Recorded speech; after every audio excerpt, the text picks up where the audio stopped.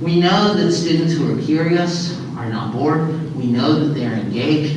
And so today, it's my pleasure to say these remarks to honor this long, lovely legacy in both the first years and the next 40 years to come. We also know that programs like this one depend on successful leaders. And so I am pleased to acknowledge one of the strongest faculty members in the college.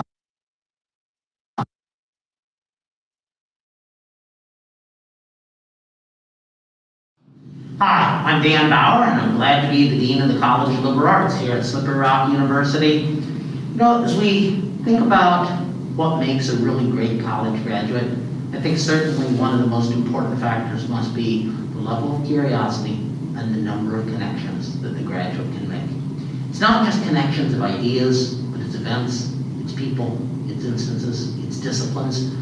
And so today, as we think back over the last 25 and even 40 years, I think one of the things that's most important here is we are honoring a program that absolutely does an exemplary job of connection making and curiosity building.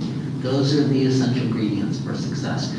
We know that students who are curious are not bored. We know that they are engaged. And so today, it's my pleasure to say these remarks to honor this long, lovely legacy in both the first years and the next 40 years to come. We also know that programs like this one depend on successful leaders. And so I am pleased to acknowledge one of the strongest faculty members in the College of Liberal Arts, one who's had a long and glorious career at Slippery Rock University, and she's one I'm glad to call a friend, a colleague, and a department chair. So without further ado, let me introduce Alice Del Vecchio, Professor Alice Del Vecchio from the Department of Nonprofit Management, Empowerment, and Diversity. Thank you.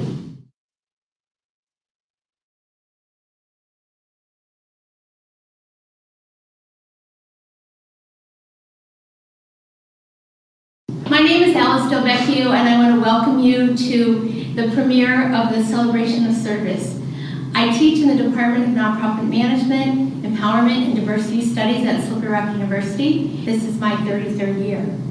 We had planned an in-person cast party to celebrate right on our campus and bring all of you together so that we could share memories and really celebrate what people have done for the past 40 years.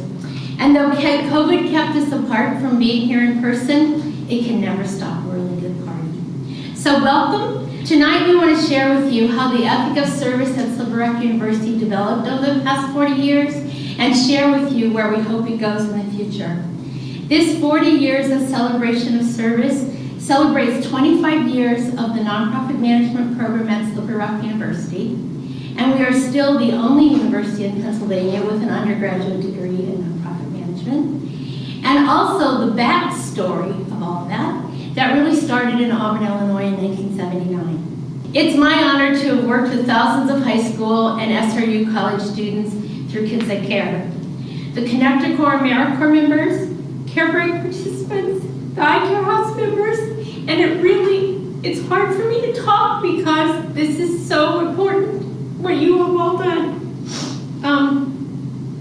I told folks that I just don't want an ugly cry, okay? Care Break participants, iCare House members, nonprofit professionals, and community members who we've served across all these years. I'm humbled by what you did during your part of this 40 years of service, and honored to be part of what you're doing and thrilled by the contributions that you're still continuing to make. Thank you for allowing me to be part of your world and for taking good work into your world. I'm grateful to have my son, Seth Romney, who usually willingly allowed me to drag him to Care Breaks and the iCare House and to service projects.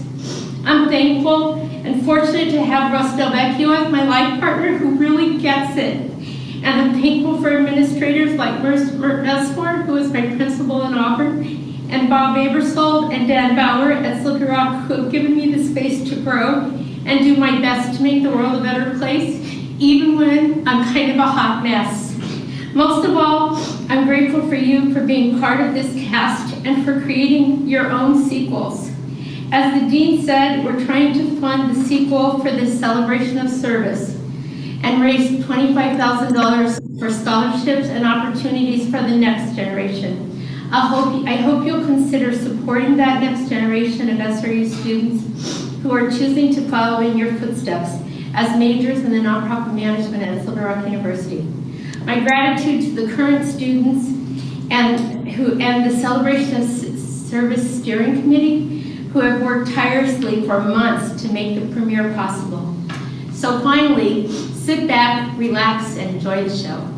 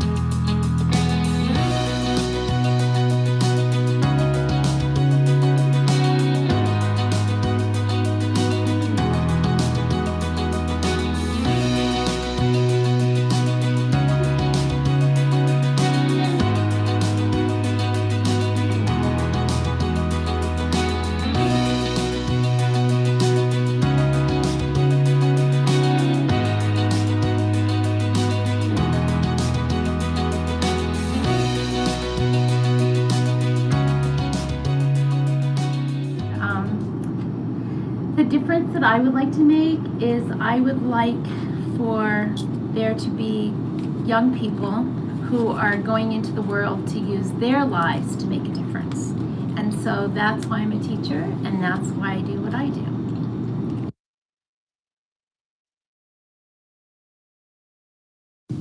Alice and I have been married about 12 years. My job is very simple. I am Alice's never graduating assistant. So most of you people can escape, but I'm stuck there.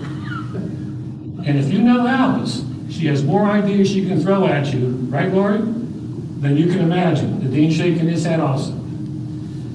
So when I sat down to do this, Alice said, say whatever you want. So Alice and I have only been married 12 years, that's not 4 years. So I said, put together a list of what you've accomplished here in Indiana, Illinois, and also in Slippery Rock. There it is. 13 big time items. Starting in Illinois with Kids That Care, it goes to Butler County, and then Alice starts a care break. What's a care break? Is you give up your spring break to help people in need. The spring breaks under Alice covered 17 cities across the country and 7 countries outside of the borders of USA. I'd just like to share 2 brief stories with you about 2 of the countries. On a care break, we took young girls in her class to Kenya, Africa. None of us had been in Kenya. But what we did for over 2 weeks, almost 3 weeks, was we worked in an orphanage for girls who were abandoned because their parents died of AIDS and no one wanted them. We worked with these girls, and the kids from Slippery Rock were super. These girls did not know love and affection. The students gave it to them. These girls, because of what Slippery Rock students did, are going to school. You know what that means in Kenya? That now someone can come up and claim to be an uncle of this girl and buy her for $150. Think about that for a minute. We talk about a war on women? Think about that. Then on top of that, a social service organization, while we were there, got wind of what we're doing. And they said that there's a brand new 3-month-old baby. The mother was 13. There are no resources. She went there and they could offer her no resources. So the mother says, I'm just gonna put the girl in a garbage pile and let someone take her away. The students from Slippery Rock said, no way in hell. They literally adopted this girl that they named Hope. They raised money to go back to Kenya for her care.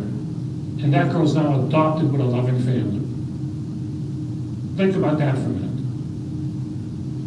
So when you're going through life, can you go on a care break or a spring break?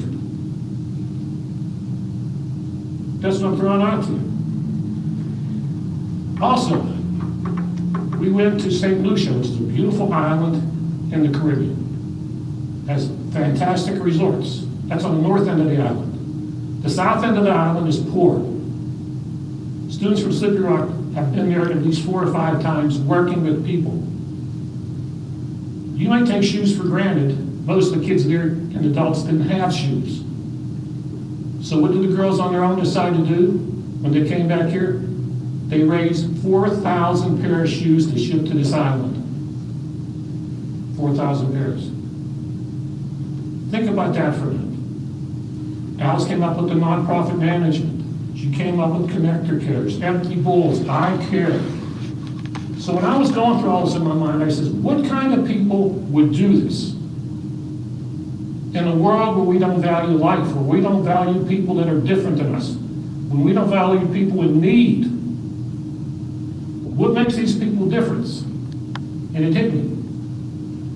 Their motto, their mission statement was, I cannot do otherwise. I have to help these people. And that's what I'm saying to you, and that's why the continuation of these 40 years is in your hands. Because I know everybody here goes by that mantra, we cannot do otherwise. We can't see an injustice. We can't see people living without dignity or hope. If education teaches you anything, it teaches you to be good to the downtrodden, to the most vulnerable in society. You can have all the education you want, but if it's just for you, or you say it's not my obligation, it's someplace else, somebody else, or it's taxation, your education's worthless. Get out there, continue this, get your hands dirty, and God bless you all.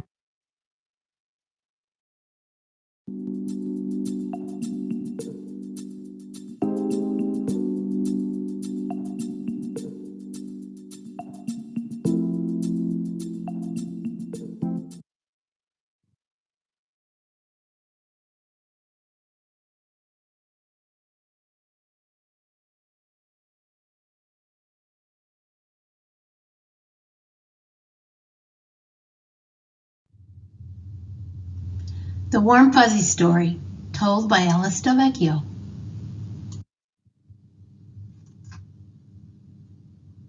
Once upon a time, there was a village nestled at the base of several mountains, and in the village lived a little girl named Margaret.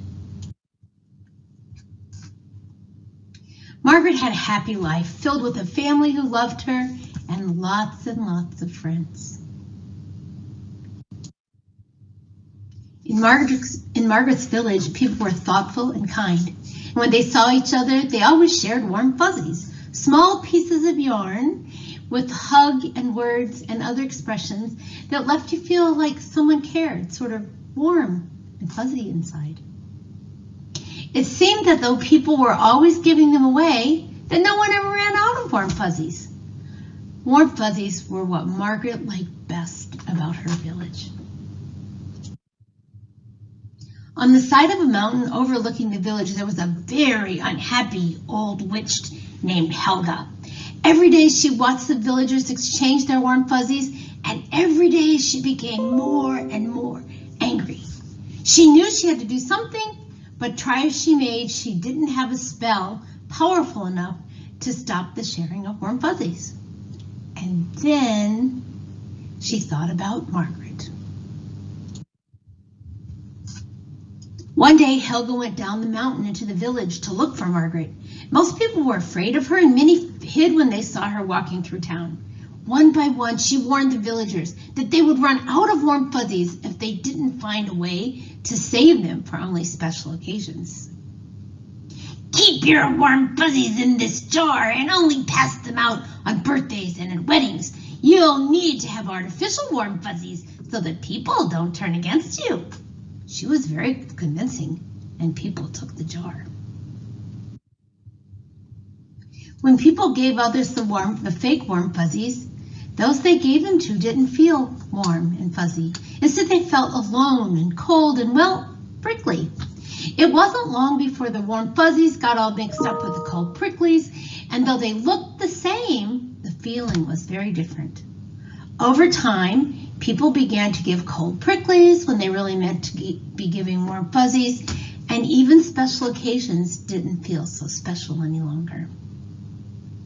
Villagers didn't trust each other, they were jealous of each other, and they fought over silly things. Margaret's little village had changed, and Margaret, for the first time in her life, was sad. Oh, Helga was happy to see the warm fuzzies locked up in the jars, and thrilled that the village had become a dark, sad place. Margaret didn't understand what had happened to her village, but she knew and had been told that the witch was wise. And so she mustered up all of her courage and walked up the dark, scary mountain to ask the witch what had happened. She knocked on the door. "What do you want, little girl?" the old witch screamed.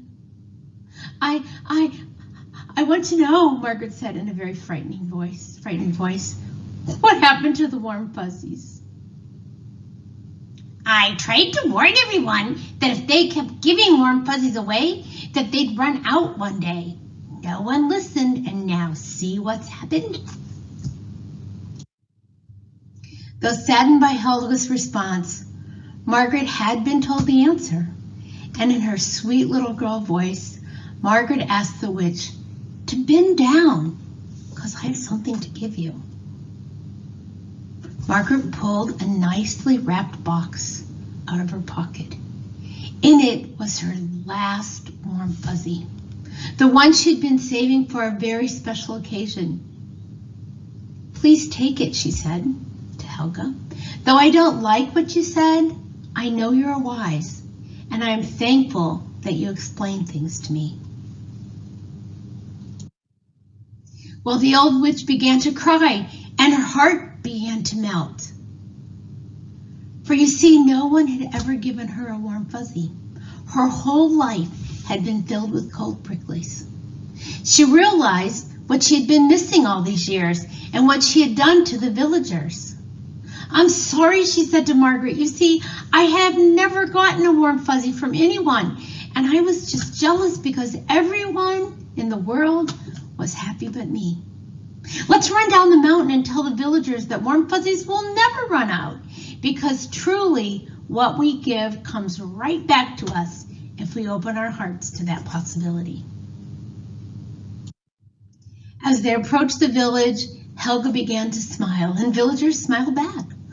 And warm fuzzies never ran out again. And Margaret lived happily ever after. So for all the years that we did Kids That Care in Auburn, Illinois, and when we brought it to Butler County in Pennsylvania, we always started our workshops with the warm fuzzy story. And here's my hope, that you'll always have warm fuzzies and not be afraid to share them, because what you give will come back.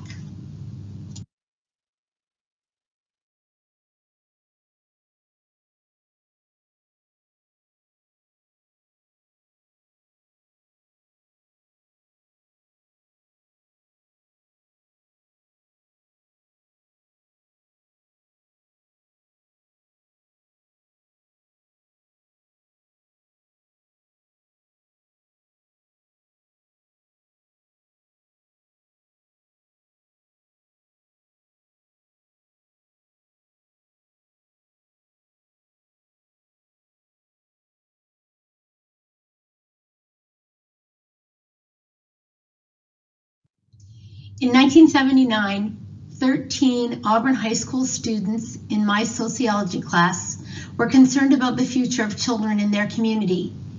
And as a result, they started Kids That Care. For the next 7 years, 599 Auburn High School students attended monthly leadership workshops, mentored elementary school students, developed friendships with senior citizens and individuals with disabilities, and bonded with peers. By 1987, Kids That Care had been recognized as the outstanding youth organization by the Illinois House of Representatives, and 4 additional chapters had been launched in Illinois high schools and another in New Hampshire. Kids That Care was introduced to Slippery Rock University in 1988. The students in the organization development class quickly embraced the concept and introduced Kids That Care in 6 Butler County high schools in 1990.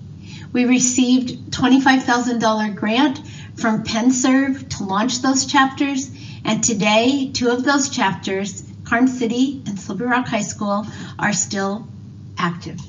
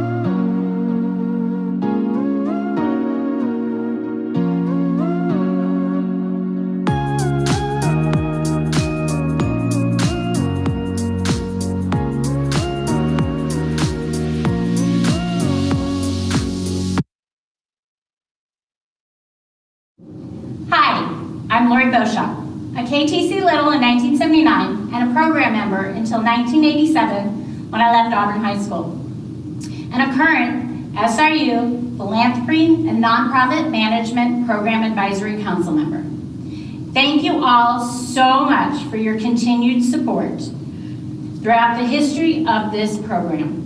KTC marked the beginning of an amazing journey that lives on through the work of Alice Kaiser Del Vecchio and her students. SRU's PNP program has set a bold goal to raise $25,000 in scholarship funds. Today, I'm calling on my fellow KTC members to help provide these students with the same opportunities that we were gifted. Please visit sruffoundation.org/SNA to donate. Today, we also want to hand out a variety of awards that highlight some of the great memories that we've had and work that we've done. Our first award is presented to Best Historian and Researcher for securing the Auburn Kids That Care photos, Dan Dixon. Most Heartwarming Story goes to Tom Swick.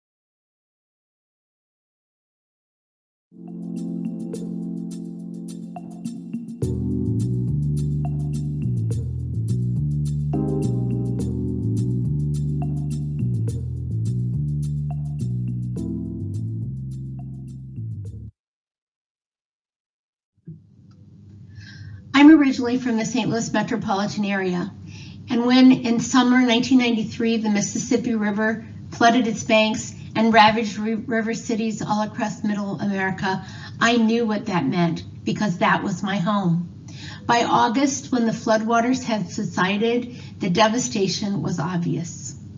Joy Lynn Ulrich, an AmeriCorps member at SRU, and I came up with the idea of Care Break, an alternative spring break that would transport SRU students during spring break and then later winter break and summer break to communities that needed help.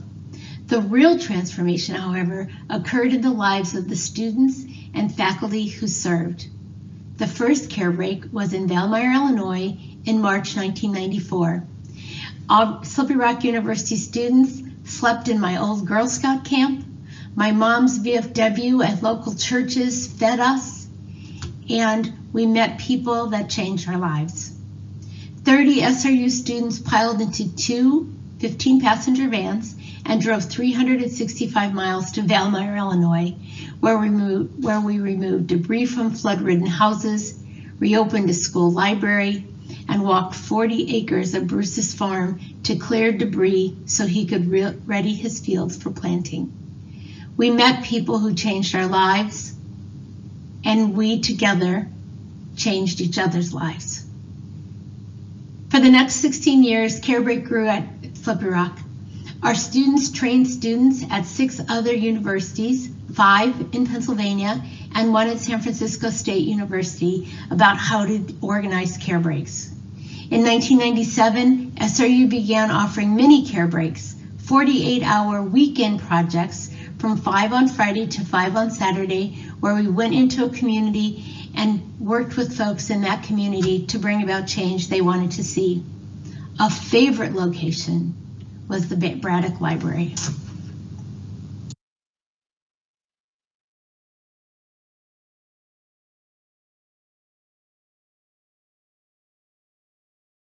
So you were a part of Care Breaks, correct? Yes.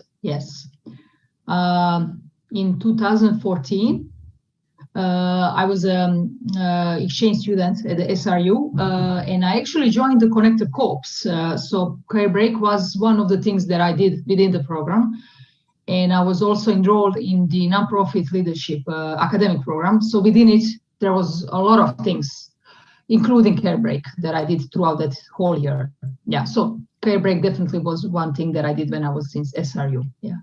So what was your favorite part of Care Breaks? Okay. I kept remembering the evenings when we were all talking about our experience at the end. So it was Mike and myself, we were facilitating conversations. What happened? We were all sleeping in a joint, I believe it was a big room or something. It was very fun. So every evening we were so excited about it. So there was a lot of fun there. And also it was very fun, the fundraising before we left to Care Break. So I learned how to fundraise money in front of, I think it was Walmart. We went in front of the Walmart and we were, I would say, advertising our goal. And it was although a bit embarrassing because I never did something like that beforehand. It was also so fun because we all had a lot of fun about it and everything, yeah. And also fun was actually to get to know Alice as a person and become friend, I would say, friend for life. I would say it was amazing experience. She's an amazing teacher, but also as a person that was mentoring me on so many dimensions in life. It was something that I also recall with a lot of fun, not just the gratitude.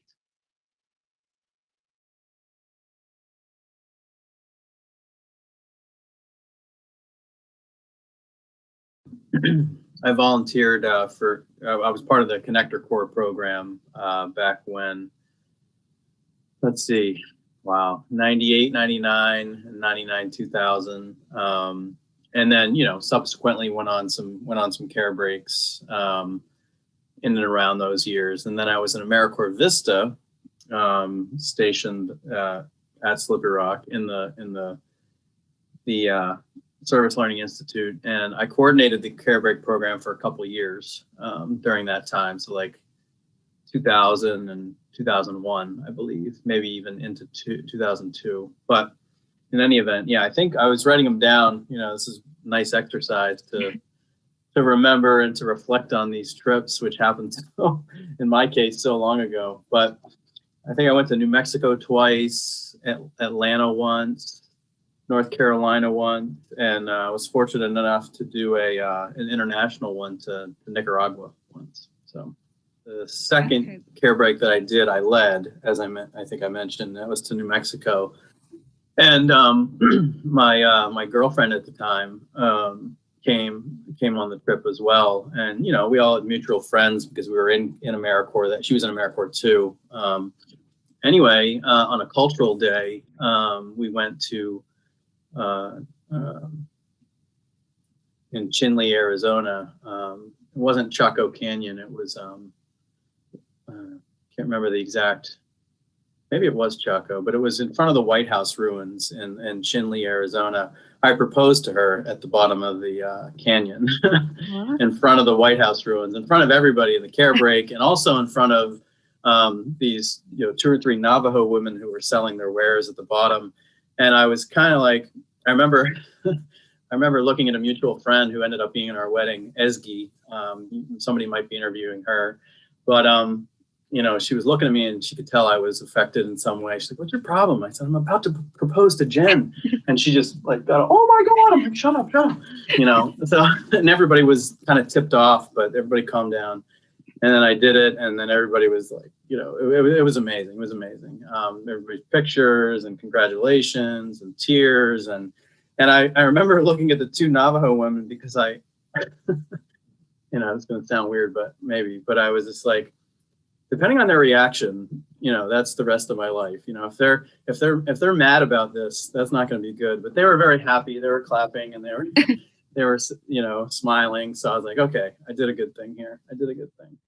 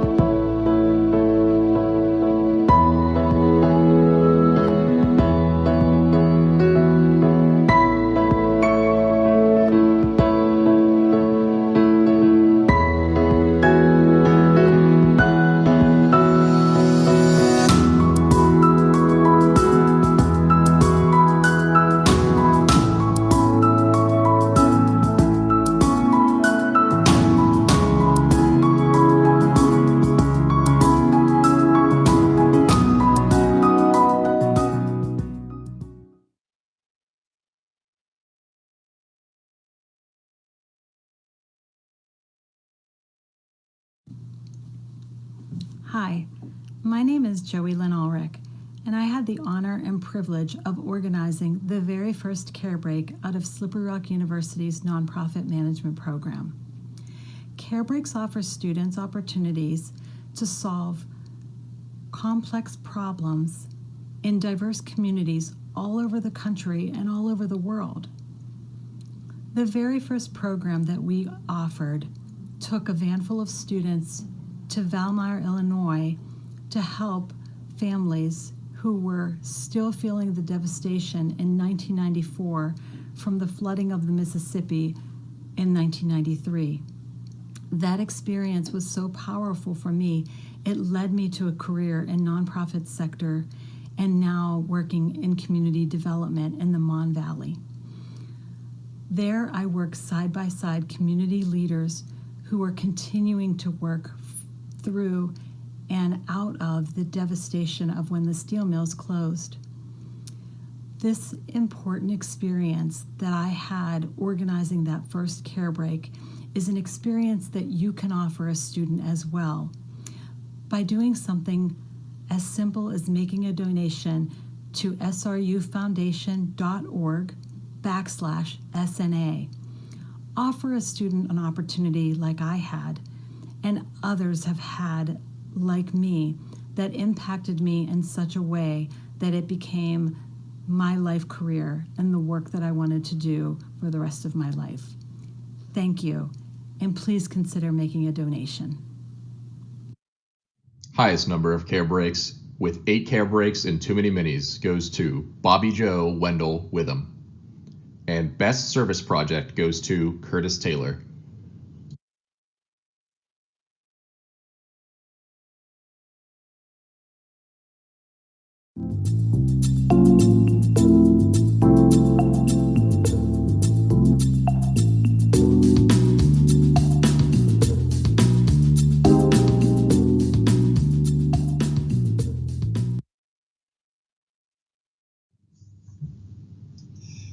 Slippery Rock University hosted the Connector Corps AmeriCorps program from 1996 to 2010. In the fall of 1995, Jamie Peering was a student in my class, my civic engagement class, and they had to do a service project in that class. He was an education major and told me all semester how he wanted to make a difference in kids' lives when he graduated. And so I told him, why wait? And I invited him and 5 others of his peers to participate in a pilot project that eventually led to the Connector Corps. Led by graduate student Jamie Brown, this team wrote the script for what would become a cast of more than 1,237 members and dozens of graduate students over the next many years. The following fall, Slippery Rock University became the first and only Pennsylvania university to host an AmeriCorps program. The first class consisted of 35 SRU students, and by 2007, the class had grown from 200 to 200 members, many of whom were community members.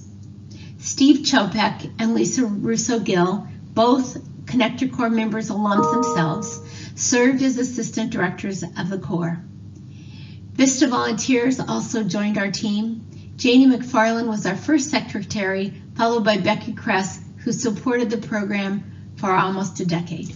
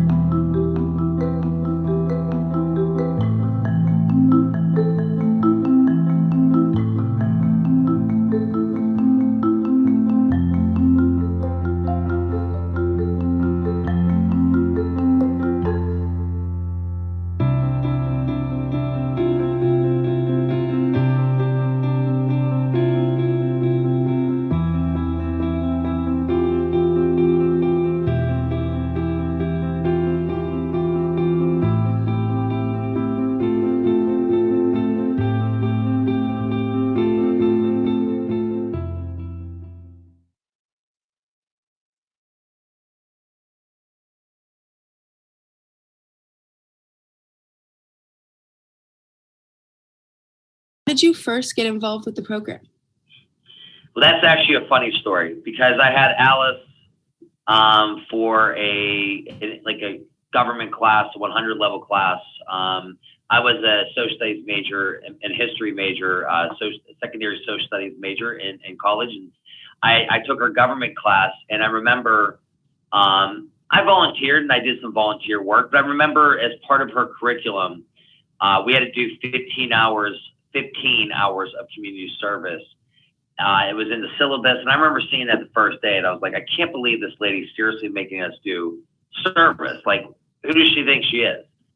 And then I ended up working with a youth baseball program, teaching like really little kids, and I had like the best time. I had so much fun, and I'll never forget. I took her final, and she had been talking about AmeriCorps in our class, and I went up to her afterwards, and I just kind of just started having a nice conversation with her, and I talked to her about how I really like helping people and how enjoyable that doing that service project was. And I'll never forget what she said to me. She bluntly said, "Well, why don't you put your money where your mouth is? Join AmeriCorps." And I left, and I was like, probably saying some pretty mean things about her.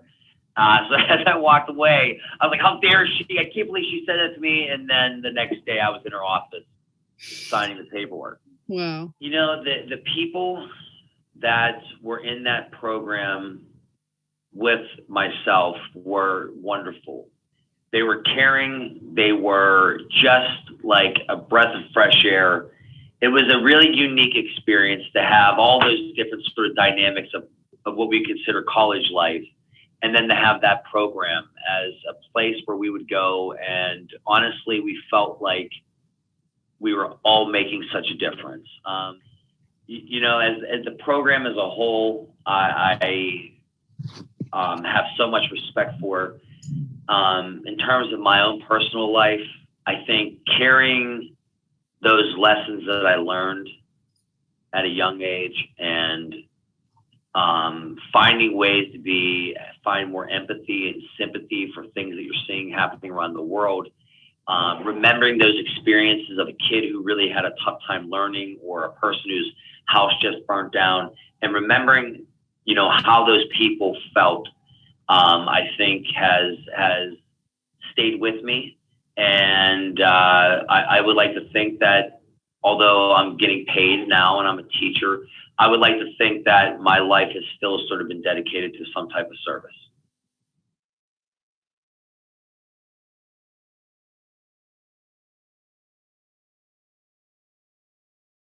Hi, I'm Curtis Taylor, and I was involved with Connectors Corps / AmeriCorps at Slippery Rock through my time at Slippery Rock, which was 2003 to 2006. Awesome. During my fall semester of my sophomore year, which was my first semester at Slippery Rock when I transferred in, my ancient medieval world history teacher, Dr. Nichols, I believe, made it known that we had a required 5 hours of community service to do for his class. And he told us to go to the Lowry Center to schedule that. And right after class, I went to the Lowry Center, and Bobby Joe Wendell greeted me at the desk and told me that I'd be great for Connector Corps. And I think what had happened was then President George W. Bush had cut AmeriCorps funding. And so a lot of people that were signed up to do AmeriCorps bailed out since it wasn't going to be paid the same way as it would have been with the funding. And so they're looking for Connector Corps members. And when Bobby Joe explained it to me, I said, that sounds perfect, because I was eager to serve with people and to have that opportunity and to spend time with fellow students doing important things. So yeah, I got real excited and signed up, and by that weekend I was on the all Corps mini, serving alongside about a dozen other people. It's awesome. The Care Breaks to Philadelphia meant a lot to me, because it was like there were some sort of outsiders, and they were always great, and I enjoyed them. But for the most part, it was pretty much like an all hands on deck, like AmeriCorps members that went. And so in that sense, it was like this big service learning vacation with your friends. And so So like those kinds of memories, and having cultural days and just seeing things like, yeah, it was just an incredible time. And all living together for the week and doing great service with our community partners, like that really stands out. But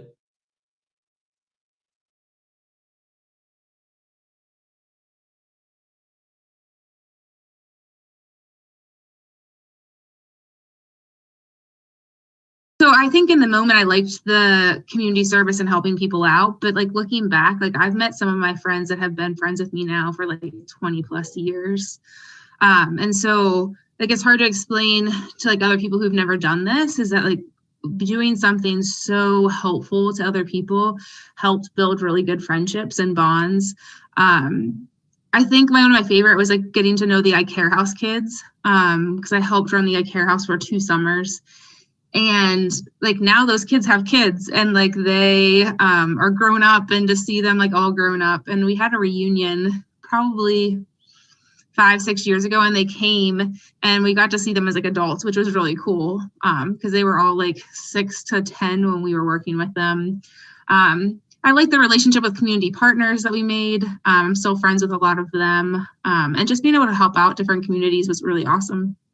And Alice is addicting. Like Alice can make you like she can like sign you up to do whatever. I'd be like, sign me up, I'm there.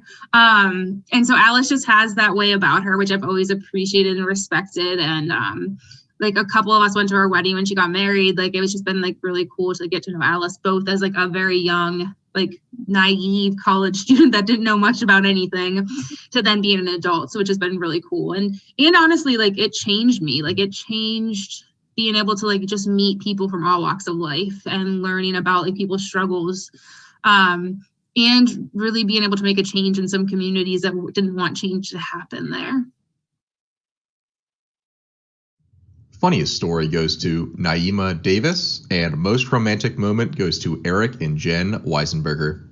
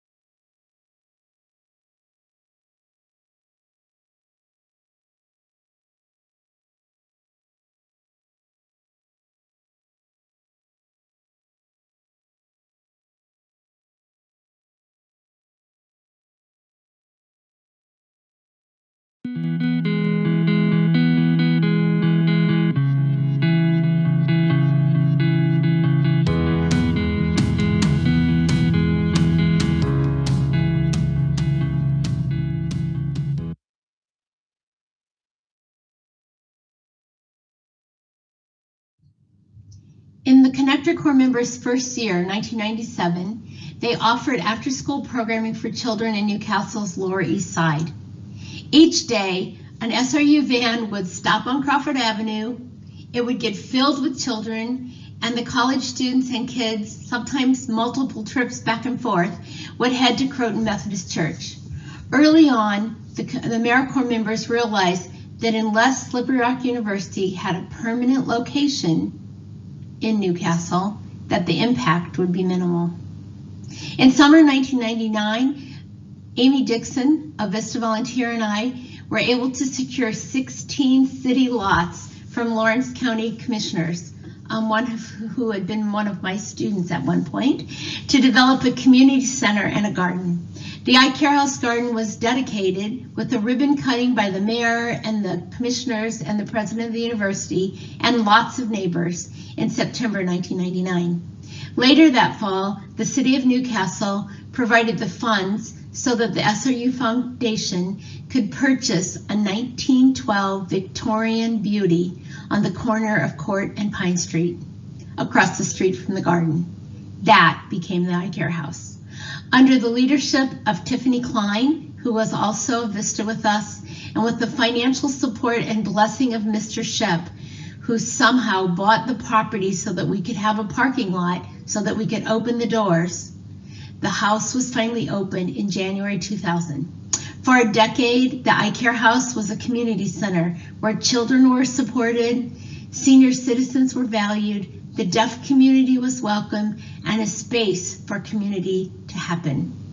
Programs were delivered by AmeriCorps members and volunteers from the university and the community, and the house itself was managed by graduate assistants and Vista volunteers. For a decade, the iCare House was financially supported by SRU, AmeriCorps, local foundations, and the generosity of donors.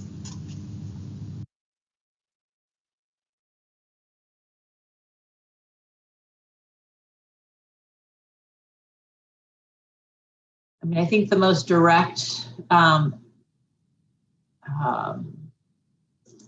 result was that the job I'm doing now is very closely related to one of the summer trips, the alternative spring breaks that I did with as a GA through the iCare House or through the Institute. I am still in contact with so many of the people from, I think all of the people from the iCare House, which I think is somewhat unusual, you know, that, well, not in your era, you know, people, because of social media, you're able to stay in touch with, but it was for me, you know, I had not been in contact with most of the people from my undergrad.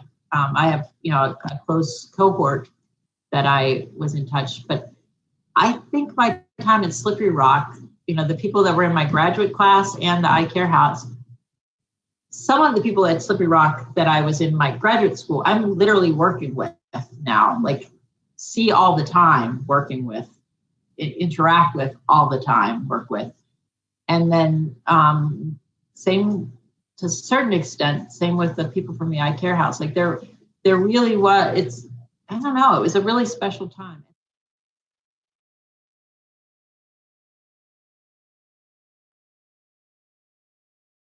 I joined, I guess it was my junior year. Freshman and sophomore year. Freshman year, I kind of just palled around with like my friend. I went to college with my best friend and we roomed together, and then we made like friends with our whole like floor. But I had one class in particular, well, I should say, I had every class with one girl in particular, my friend Melissa, and she lived on the 3rd floor of Founders. I lived on the 8th floor, and her friend did the AmeriCorps program. And so one weekend we just were like, oh, let's just go on one of these like weekend trips, like it'll be fun. And we went to Gateway Rehab, and I kind of like, my whole kind of like world heart kind of changed. And I literally like the next week joined AmeriCorps, changed my major. My mom was pissed. second semester junior year, changing your major, don't recommend that. I went to Philly for Care Break that winter, had a blast, and then started like volunteering at the iCare House. And then Alice needed summer people for the summer program. So throughout the rest of the school year, I did like mini care breaks. Then we did Care Break. I went to Phoenix, Arizona that year. And then me and a couple friends did the summer program at the iCare House. I can honestly say that I think with every different thing, I made a difference in some way. I think the most specific would be the iCare House and a couple of the kids that I met through there. I think in particular, like the twins, Jake and Josh. I mean, these kids, you know, their neighborhood was not the greatest. Some of them had great parents and some of them had great grandparents that were stepping up. Some of them had aunts and uncles. Some of them had whoever. And a lot of them kind of, us being workers there, we kind of gave them somebody different to look up to and to have as like, I don't want to say like inspiration because that's like a overstatement, but just somebody to kind of like, I guess, aspire to be like. And they would joke all the time, like, oh, I want to go to Slippery Rock and I want to drive the van and I want to, you know, go to college. And like, I don't think college maybe would have been on their radar so much had it not been for them working with college kids.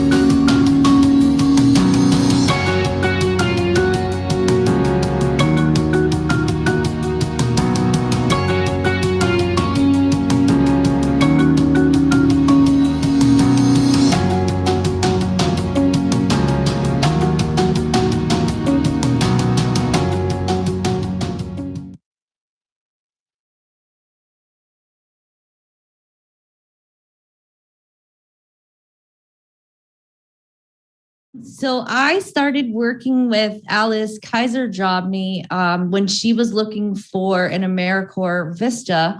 I was living in New Mexico at the time and looking for a job back here, which is my home space in Western Pennsylvania. So I applied for the position and moved here to take the position. And at that point, I started working with Alice, and she said, we're going to start a community center, and you're going to do that. And like, she gave me a Rolodex of phone numbers and contacts and an office space at Slippery Rock. And shut the door and off I went. And then we started the Eye Care House in Newcastle. My gosh, I think that working with Alice is one of the most important things that has ever happened to me.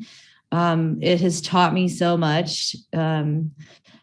Probably like 6 years ago, again, I earned a position called the Community Resource Officer for Pittsburgh Police. And I said to my boss once I got the job, okay, what do I do? And he's like, you just do your thing. Like, you go out there and build relationships with the community. I was like, oh, this sounds familiar. Like, sounds like working with Alice. And she's like, just go, just do things. So it's helped me so much, that experience, just like conquering a huge task and making things happen. Yeah, it's definitely shaped pretty much my entire adult life and career path. The Best Supporting Actor goes to Amy Keene Kirkwood.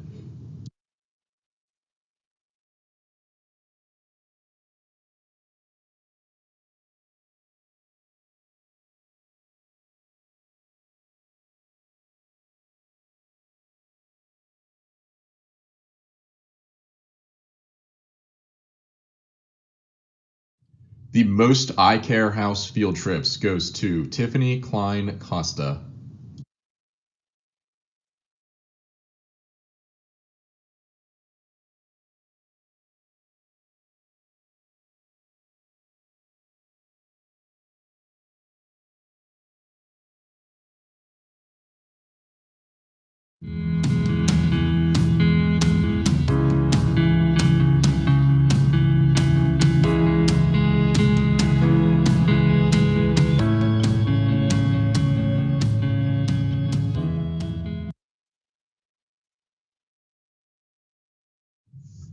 SRU's first course in nonprofit management was offered in the fall of 1994. Shortly thereafter, at the urging of Larry Cobb and Rich Martin, I put together a certificate in nonprofit leadership, which was approved, and by 2000, SRU offered a minor in nonprofit leadership. In 2006, a major concentration in philanthropy and nonprofit management became available through the Department of Professional Studies. SRU affiliated with the Nonprofit Leadership Alliance in 2000, and that provided our graduates the opportunity to earn the Alliance's Certified Nonprofit Professional Credential, the CNP. We are currently the only Northeastern U.S. campus whose students can earn this nationally recognized credential. To date, 156 SRU alums have earned the CNP. Since 2017, SRU has offered students who have earned a minimum of 60 credits at one school or through an associate's degree the opportunity to complete their degree in philanthropy and nonprofit management entirely online. SRU is one of only a handful of universities nationally that offers this option. SRU continues to be Pennsylvania's only university to offer an undergraduate program in philanthropy and nonprofit management.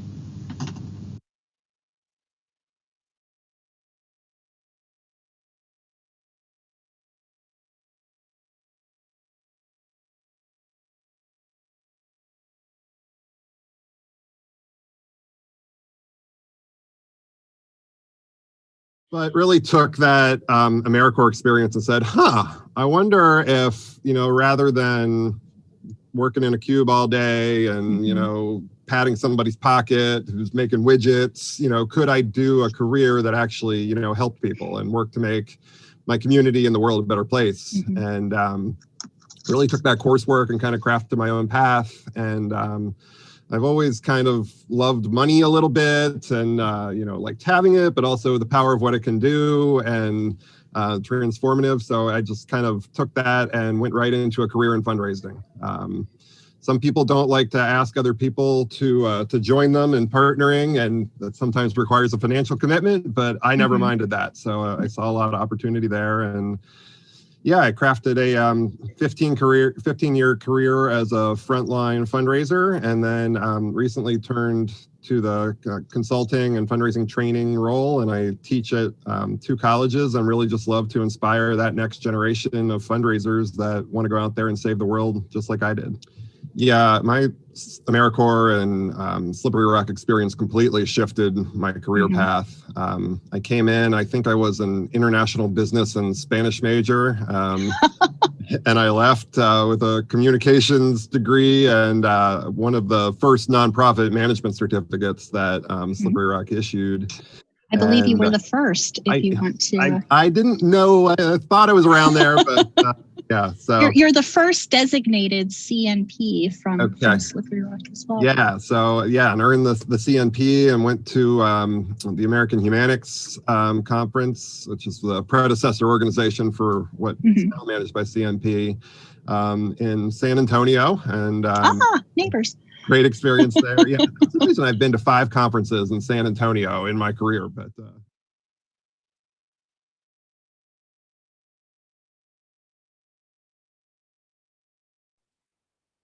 My name is Kevin McNair. I am co-founder and executive director of One Nation Mentoring. We provide mentorship services not to only students in high school, but we also work with teachers and staff members at different public, private, and charter schools so they can become more culturally competent to better serve the students that they have. Initially, I just wanted to get involved in something different, but as I took one of her classes, I forgot what class it was. I can't remember. Too many death references later. But as I took one of her classes, my cousin unfortunately was killed at a house party up Cal U. Alice had saw how it had negatively affected me and was like, hey, how about we turn that grief into something good? And, I had created my nonprofit in her class called Helping Hands. So today the work I do is just really just an extension of what I built there and what I had the opportunity to imply now that I'm out here in the real world. Growing up, I didn't know who I was. I didn't know if I wanted to be the biggest basketball player or the rapper that was on TV. But I think that by me showing people what their skill sets are and what their passion is and helping them connect to their future, they can live a life that they want to live without being overwhelmed at things that they have to do. I feel like when you are in love with your work, you wake up sometimes and you may be tired, but you understand why you're doing it and you continue to push forward. And I want everybody to have that liberty because it's a blessing to me. I don't have to go to work every day. I get to live my life and make a difference.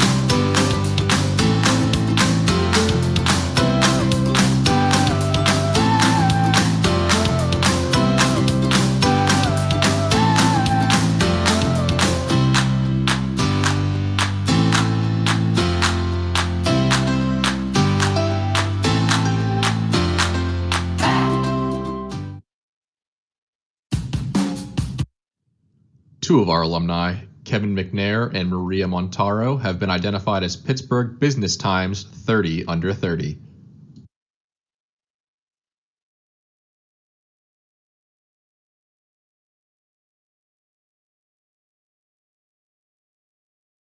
Two of our alumni, Jesus Oriel and Amanda Bannock, have been identified as Pittsburgh Business Times 40 Under 40 and Shenango Valley Chamber 40 Under 40. Hi, my name is Anita White, and I am a graduate of Slippery Rock University's Nonprofit Management Program. While attending SRU, I was provided the opportunity to obtain my Certified Nonprofit Professional Credential, also known as a CNP. I didn't realize this at the time, but taking advantage of this opportunity shaped the foundation of my career, which began almost a decade ago. By earning my CNP, I entered a competitive workforce equipped with the experience and skill sets needed to be effective and efficient. I learned how to collaborate and build relationships, how to be the hands and feet of the sector, and how to get the work done by using the resources that I had, no matter how big or small those were. These things, among others, are the core values that I continue to develop in my career, but my roots trace back to Slippery Rock University and earning the CNP credential. Now I'm ready to give back. I hope that my story will uplift and encourage you to do the same. Today, I'm asking for grads like me and you to step up and support professional development opportunities for our future nonprofit leaders. Please visit srufoundation.org/SNA to donate. Thank you.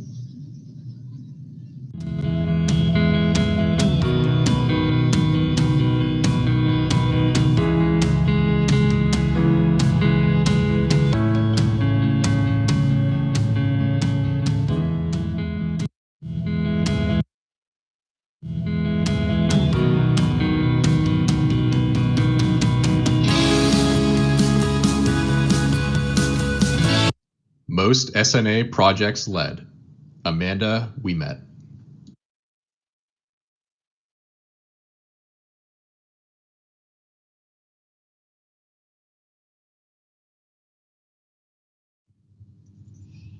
In 2016, I invited alums and regional nonprofit professionals to participate in the Philanthropy Nonprofit Management Program Advisory Council.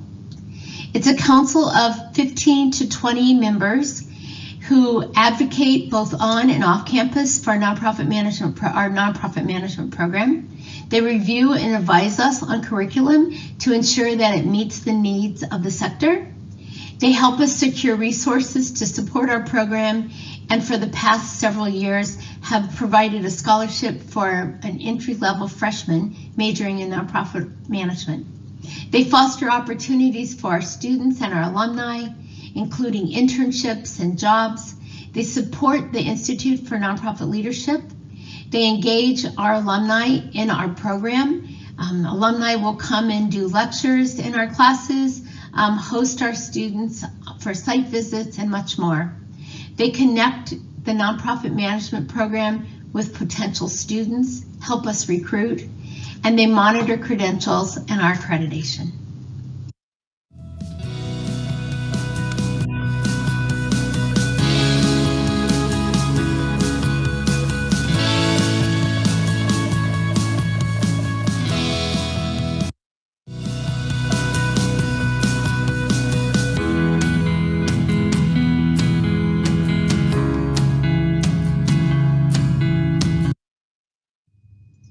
At the recommendation of the Advisory Council, in 2018, we launched the Institute for Nonprofit Leadership. Designed to enhance the capacity of the nonprofit sector, we envisioned a vibrant nonprofit sector building civil society. The mission of the Institute is to provide individuals and organizations the education, research, services, and networks necessary to understand, strengthen, and advance the work of the nonprofit sector. We work with nonprofit organizations within 150 miles of Slippery Rock University. The Institute currently operates in 5 program areas. Academic programs, which include majors and minors for both traditional and online students, certificates in various elements of the nonprofit sector, a national credential through the Alliance for Nonprofit Leadership, and a very vibrant co-curricular program, the Student Nonprofit Alliance.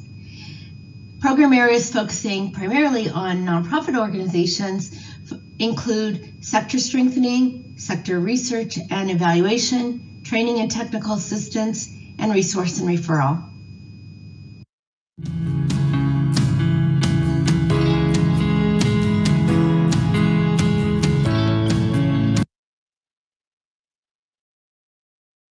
My name is Bill Speakman. I'm class of 70, long time ago. My major was biology, chemistry. I know I'm on her advisory committee and helping to give talks and all that good stuff about the nonprofit world, and hopefully becoming a great advocate for what is a unique program. As I told Alice, the reason I love this program is I've probably hired 500 people and fired 400 of those 500 because they came with no skills and had to try to learn on the job and just weren't up to the task. I really see a great deal of value in this program. And I see a program with huge possibilities, and I'm always trying to push it beyond its current boundaries. And Alice is very good at understanding the reality of it all. You don't learn this in business school. I think that the one thing I'd like anybody who's listening or watching or engaged at all is to become a champion for this program. I don't think until people get out in the world and see what it's like in the nonprofit world, the lack of skills that we see out there, people trying hard to learn on their own without a lot of direction. It really gives you a new perception of the value of this program. To be able to come out of a university program with an undergraduate degree and all of the basic learning you need to become successful in the nonprofit world is very, very, very unusual. Think outside the box. You're going to learn a lot of things academically in the classroom that are applied most times to most nonprofit situations. My thing has always been, love what you do what you love.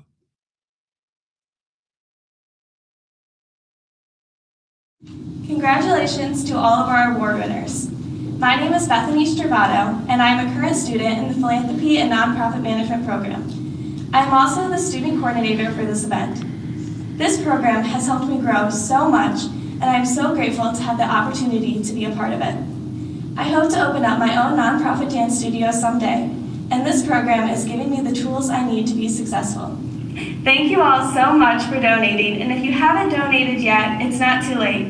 You can visit srufoundation.org/SNA to help current students like me and future students. Celebration champion, Russ Delvecchio.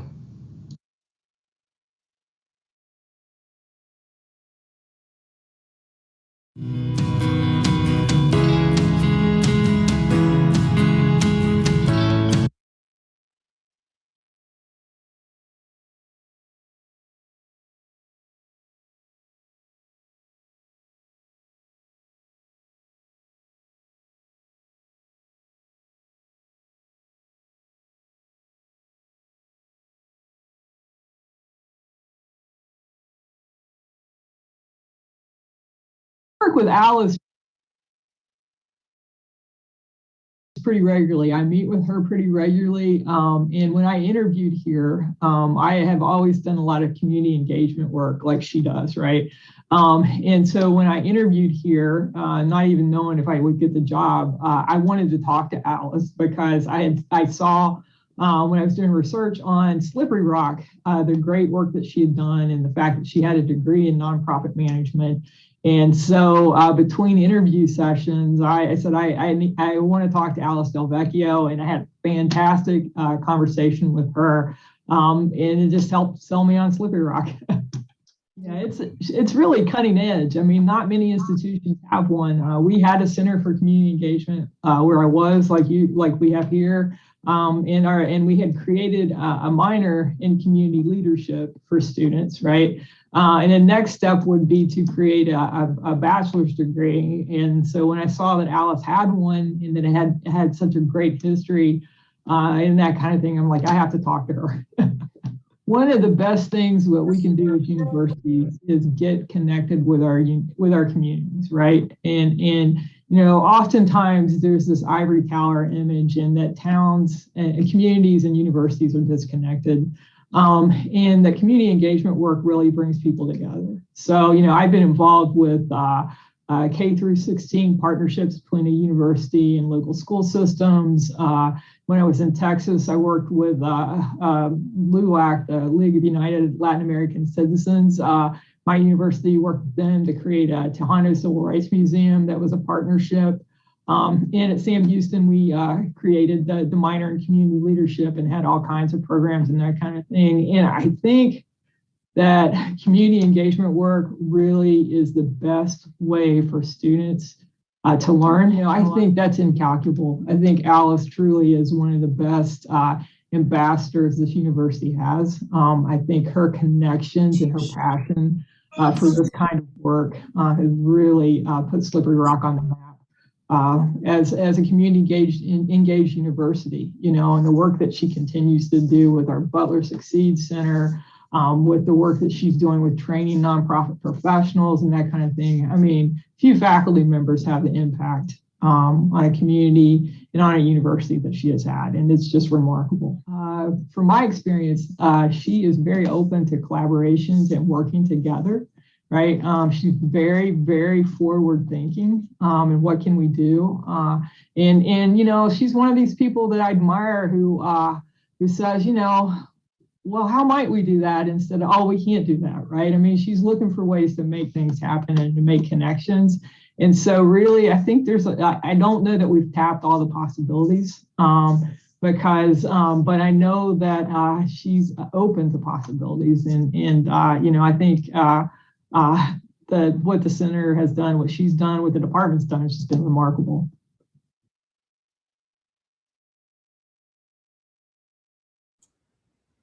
So I want to just take a moment to talk to you about the next piece, the sequel. So there were guests here tonight from 17 states and 2 countries.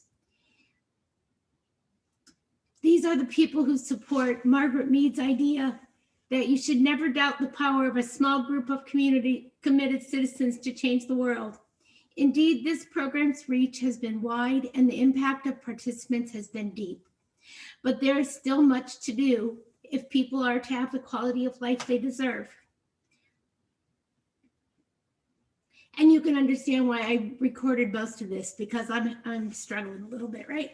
So I'm humbled by the kind words that have been offered this evening and honored by the respect the provost just bestowed on our work. When the Advisory Council's Strategic Planning Committee recently met with her about the future of the academic program and the Institute, she asked us to consider a succession plan as we thought about what the sequel might look like. At this time, I'm happy to share some thoughts about the sequel that other people will write. When we want to strengthen the pipeline of the nonprofit sector by expanding enrollment in our academic program and actively engaging Gen Z youth who care deeply about social justice and making a difference. We want to encourage traditional college-age students looking for meaningful careers and adults who are transitioning to more purposeful work lives. With more than 25 years of experience, our academic program is uniquely positioned to prepare passionate, skilled, prepared professionals who are committed to enhancing quality of life. These are the things that we're considering. We're interested in dual enrollment in our college student courses for high school students. We're interested in additional articulation agreements with regional community colleges. We'd like to increase academic opportunities for in-service nonprofit professionals through our online degree completion program, our certificates, and perhaps a master's degree. We plan to remain committed to SRU students and want to increase the number of nonprofit majors by at least 25% each year before 2025. Over the past 25 years, we learned that in-service nonprofit professionals benefit from professional development and that nonprofit organizations are seeking opportunities to build their capacity. This realization has become even more evident as we began offering networking, community education, training, technical assistance, and research support through the Institute for nonprofit organizations, particularly in rural communities across Western Pennsylvania. In this semester alone, 136 nonprofit professionals and more than 100 organizations participated in Institute roundtables, workshops, and leadership circles. The mutually beneficial relationships developed between our students and persons in the sector has been powerful. Our students have been instrumental in developing programs, and they gained experience interacting with professionals in a field they hope to enter. Nonprofit organizations gain support and products that they could not have otherwise afforded. With more than 35,000 nonprofit organizations within 150 miles of SRU, we know that the Institute must extend its reach. Our goal is to widen the number of programs and type of support available to the sector, including an increased emphasis on research and evaluation. Each additional we want to engage current students in meaningful work that support the sector, its organizations and professionals, and offer those students scholarships and real wages for the work that they do. We want to offer scholarships for nonprofit organizations that could not otherwise afford training and technical assistance opportunities that they need to really fully meet their missions. And during the Institute's early years, the primary financial responsibility has come from Slippery Rock. By 2025, our goal is to become a more self-sustaining organization with 70 to 75% of our financial support from grants, donors, and fees for service. And to address the provost's request for succession planning.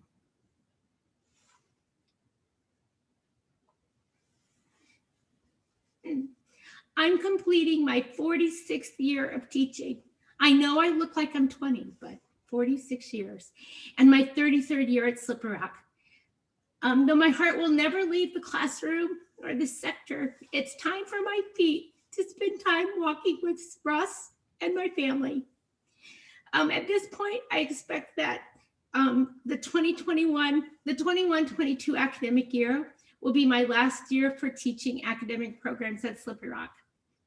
Over the next several semesters, I'll be actively orchestrating the transfer of leadership of our academic and institute programs from me to a group of brand new SRU faculty and students and institute staff.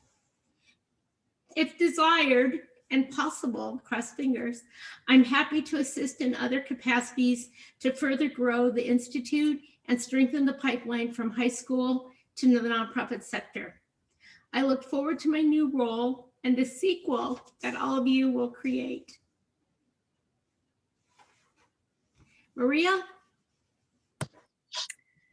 That's a tough act to follow, but hi everyone, my name's Maria Montero and I'm a 2015 graduate of SRU's nonprofit program. The steering committee and I just wanted to take a moment to thank you all for attending today and for supporting this year's annual campaign. We know $25,000 is a really bold goal, but if anyone knows how to raise money, it's a group of nonprofit professionals. Our annual campaign aims to provide the essential scholarship and professional development opportunities our students need to serve our communities, transform the sector, and catalyze change. Our students are the future of the mission-driven work that we all care so deeply about. As a fellow stakeholder of the sector, I hope you will join me today in preparing our next generation of nonprofit leadership. To donate, please visit srufoundation.org/SNA. Thank you. Maria, can you share on where we're at before the premiere started? Yes, as of 4 o'clock, right before the premiere started, we were at $9,000, which is really incredible. So thank you, everyone, especially Russ, for your very generous donations. It's my honor to applaud and offer sincere appreciation to the Celebration of Service Steering Committee members. Bethany Stravato is a current student at Slippery Rock University, and she was in my class last January 2020. At that time, we decided that we would celebrate these 25 years of nonprofit management at Slippery Rock University, as well as the 40 years of the season of service. And we hope to bring everybody together in September of 2020 on our campus, and hopefully later that fall in Auburn, Illinois. Unfortunately, COVID changed our plans, but we decided that we would do our best and we would try to do it virtually. So we wanted to put together this 40 years of the making of this epic movie to share with you this evening. I'd like to introduce the members of the steering committee. Lori Broshaw was an elementary school child in Auburn, Illinois, when we started Kids That Care.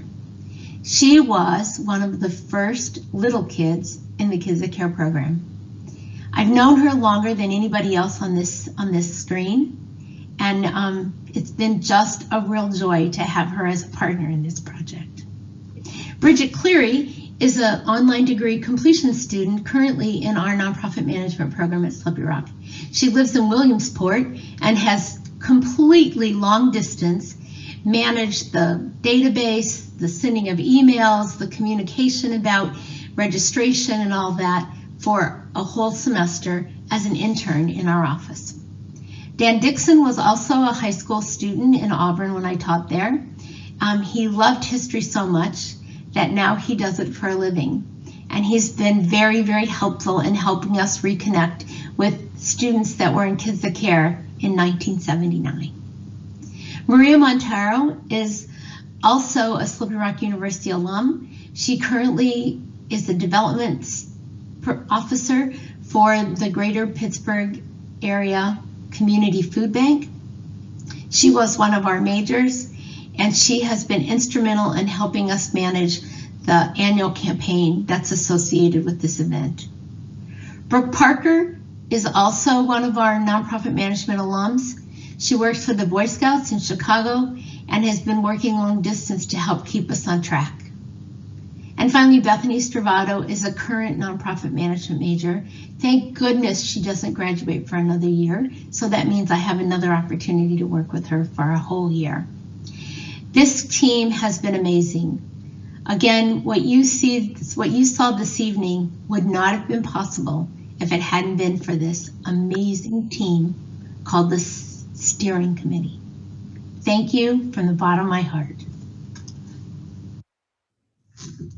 It Takes a Village comes to mind when I think about this production crew.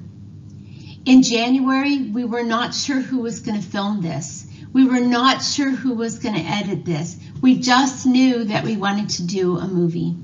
And so I contacted Doug Strahler, who is a faculty member in SRU Communications Department, and said, Doug, do you have a class that might like to help us? And sure enough, he did.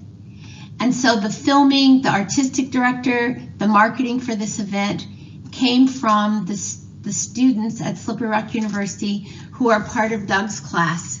They did this for us, and we are so grateful. Alex Restari put together this film. He filmed us, he edited us, he even filmed me with a green screen. And he put together the final version of this video that you saw this evening. Stephen Klaus was the artistic director, searched through hundreds of pictures and put together slideshows for each of the different kinds of programs. Brittany Halt, Eloy Diaz, Abby Mueller, and Jenna Stanley helped us with all kinds of marketing materials, including a huge, huge help in social media. And of course, Doug Strahler, Dr. Doug Strahler, is my associate director for this project, because without him and his willingness to have his students work with us, you wouldn't be watching any of this. And finally, I want to applaud the production assistants that work in the Department of Nonprofit Management, Empowerment, and Diversity Studies as student aides. Andrea Altman, Jocelyn Buhite, Liz Gallagher, Alexis Gomez, Alexis Maija, Michaela Quiggle, Kayla Robb, Kirsten Rothenmel, Barbara Rue, Madison Stroutman, Kimberly Wilsoncraft, and our secretary, Jane Pitchett. They did interviews, they photocopied, they scanned pictures. You know, a lot of the pictures you saw tonight were old-fashioned paper pictures, and to get them digital, it took hours and hours and hours of scanning. So without the dedication of the folks on this screen, this project would not have happened. It would have only been a wish. Thank you so much for your great work as the production crew. Oops, sorry. Well, sorry. Don't know why that won't go. Each spring I teach in LPA 325, Philanthropy and Resource Development. And for almost a decade, the students in that class have organized the Nonprofit Academy Awards Gala that honors nonprofit professionals across our region for the work that they do in their organizations and in their communities. Well, this year we couldn't do that. And so I invited the students in my class to help put together this virtual special event. And so the students that you see on the screen agreed to interview, they edited, they helped to put together materials for this event. And so I want to thank them also for all the things that they did to help make this evening possible. I started teaching in 1976, and my first principal was Sister Elise in Sheboygan, Wisconsin. My second principal was Mert Messmore in Auburn, Illinois. And every teacher knows that they can be a great teacher only if they have great administrators. And so I'm grateful for Sister Elise and for Mr. Messmore. I'm also thankful to be at Slippery Rock University and have the continuous support from President Bill Berry, Provost Abby Zink, and most of all, my amazing Dean, Dan Bauer. I also want to thank SRU Advancement Office, the SRU Foundation, the Alumni Engagement, who helped us with registration and with processing your donations from this event. And finally, people like Jane Pitchett, who is our secretary, Richard Burnworth, and Angela Johnson, who work in our university's printing services, are the real heroes. They do things that without those little things done, it's never quite the same. So thank you for all your help.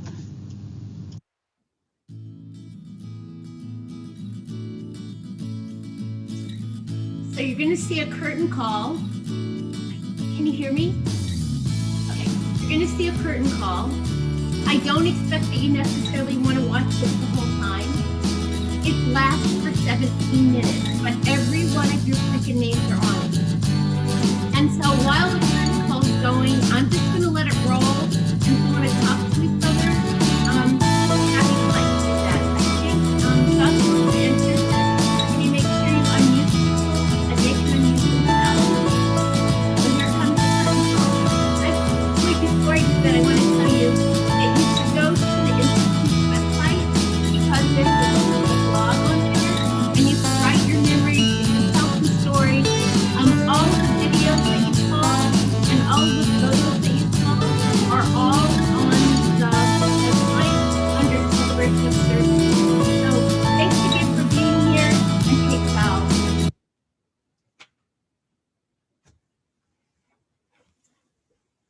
So I think you all ought to be able to talk to each other now. Is that right? And Yeah, that was amazing. oh shoot, wait, I got to make it go again. You guys know how it is, right? Okay, here we go. Hey, everybody. Heidi. Hello. God, we're old. We're so old. I just texted Denise and said I just graduated 21 years ago. She's texting me now.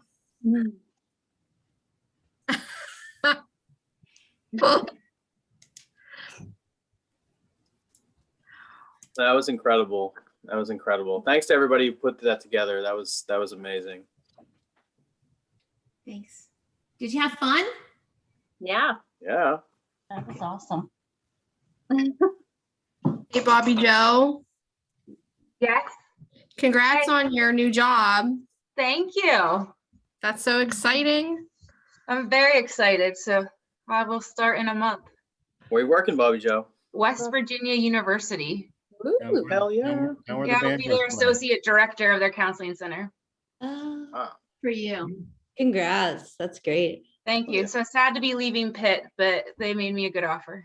Mm-hmm. And they have an outdoor education program that they want to incorporate into their counseling services, and it sold me because that's what I love to do. They'll let me run with the students and let other staff run with the students and do therapy. So pretty awesome. But thank you guys for putting this together. It was awesome. It brought back so many memories, and I realized how old we all are. So I think in my interview I said that the I Care House reunion was like 5 years ago, but Alice, you said you were married for 12 years, and that seemed like 2 years ago. Say hi. Come on. Hi. Michaela's peeking in, and she is. Hello. Hi. Michaela, you were a teen. You were in your interview, Bobby Joe. I said, you know her, you built garbage can enclosures with her and Braddock, and she said, I was little, I don't remember that. No, I See, we could have worked her harder. You could have worked her harder? Yes. She doesn't remember. I do remember. She didn't remember Bobby Joe. She just I don't remember Bobby Joe. Loud, obnoxious, likes to play spoons. Until you bleed. Yes. They played spoons until you bled. I want to let you know that we have t-shirts and we have mugs and we have stuff like that. Of course you do. Swag stuff that we will be sending to people who are donors for us. And we also have, they are actual little Oscars that will be mailed to all the people who won an award tonight. So we'll be packaging those and sending them. And if you would like a t-shirt or a mug or whatever, they say Seasons of Celebration of Service, and it's got, our t-shirts have the road tour on them. And so they start with Kids That Care and they go all the way down to the Institute. So they were kind of fun. So what are you guys doing with your lives? See, I'm telling you, it's still going. My name should be in here soon. So I work for the county, Allegheny County Area Agency on Aging. I coordinate in-home services for seniors to keep them at home and safe in their homes to age in place. I thought you were in daycare. Yeah, well, that was great until it was not good anymore. So I left that after almost 18 years, and it was really scary. And I switched, and now I drive all over Allegheny County, and I have 100 grandparents, and it's just absolutely fabulous. That's awesome, Heidi. Is that Val? Do I see Val? No. Okay, I thought he did. What are other people doing? Look, there's my name. Alice, you should call on people. Mike, what are you doing? It did. Well, that was my name. That was my maiden name. Well, had to be the first one, huh? Mikey. I'm just kidding. I am living in Virginia. I've been teaching at the same school for the last 15 years, which is mind-blowing in its own right. I teach health and PE, 5th and 6th grade, and varsity soccer. So the whole reason why I'm in education is because what I did at my time at Slippery Rock. So I originally came to Slippery Rock and I was going to be a physical therapist. Then I walked into the AmeriCorps office and the rest is history. Ear breaks. I mean, you guys know, you did it. Some of us together. I mean, it was, once I walked in, I wasn't allowed to leave until I signed up. So, but no, I mean, I tell people all the time, it was probably the best 3 years of my life and something that has stuck with me forever and absolutely 100% has made me who I am today. Like my experience in as an AmeriCorps member for those 3 years molded me into who I am without a doubt. Wonderful. So We don't have the AmeriCorps program anymore. In 2010, the university moved the AmeriCorps program and all of that out of the institute and into student life. And that's when I started teaching full time again. But we do have a service learning center on our campus now, but we don't have an AmeriCorps program. It would be wonderful to see that again. What about you, Jill? I see you there. Jill was one of those people that started KTC at the university when we moved it from Illinois. Oh my goodness, Alice, I don't even want to show myself because I'm joining while I made dinner and everything. But I am in State College these days and I am working for a tech company. I do business analyst, project management. But the reason that I'm there is because I took Alice's public administration classes. And she encouraged me to work in government. So I did that for a couple of years and spoke around the country and got recruited by a tech company when I was 28. And I've been in the industry ever since then. We won't say how old I am though. Okay, I'll tell them that you were here in 1990 when I came. All right, now, we're not going to talk I'm like, about wait all a you second. youngins. As All you as people this is saying going you're old. on, Say that again, Jill. Lori, I'm older than you are. I know, Dan, and they keep saying they're old, and I'm not liking that because I know how old we are. That's for sure. We need to stop that. And you heard us the shout out about the Braddock Library. I see Denise and Terry. Hi, guys. Hello. This was a beautiful presentation. Absolutely beautiful. I know it took so many people to put this together, just like every other event that happens. And a lot of times you don't see people in up front. You always, you know, there's a lot of things going on behind the scenes, just like tonight. So great job. Absolutely. As the program was going on, we were talking about a few memories back and forth, like the skits we did at the Carnegie Science Center when we were waiting for the show to start there, and we took everybody down there, and and the SRU jinx, don't wash the fire trucks because we'll get a fire call. And we weren't married when these projects started either, because we jumped in 1997. We got married in 2001. Wow, that's cool. And Well, you there's know a lot what's of, funny, because when we started talking about this, the piece about it was so funny is that it really was a movie 40 years in the making. And you all had different costumes and you all had different scripts and we were in different locations. But I don't think any of you had ever seen the whole story all in one place. No. And that's why we thought it'd be kind of fun to try to capture it for the whole story. that's what I loved watching about this is where it's gone, and you know, all the work that you guys have done. Like, it's amazing. Where And your team, you and Joey Lynn and Roger Dunlap were in that class. So And the funny thing is that Roger Dunlap lives in State College, and I know his wife. Yeah, and Roger came to visit us too. Yeah, he was in your class, right? And so you guys planted that seed that we brought from Illinois, and that's kind of where all the rest of this grew, and at least in Slippery Rock. And I'll tell you what, if Bob Abersole hadn't said, "Alice, go ahead and do what you want," we would have never gotten to do any of that, Jill. Yep. I see remember. I was trying to remember some of the things that we were doing, and who else was involved from back then. But boy, my memory is bad. Yeah. So Chris, I see you too, right? You were in AmeriCorps and you did the senior citizens oral history projects. Yeah, it's good to see you, Alice. It's been a very long time.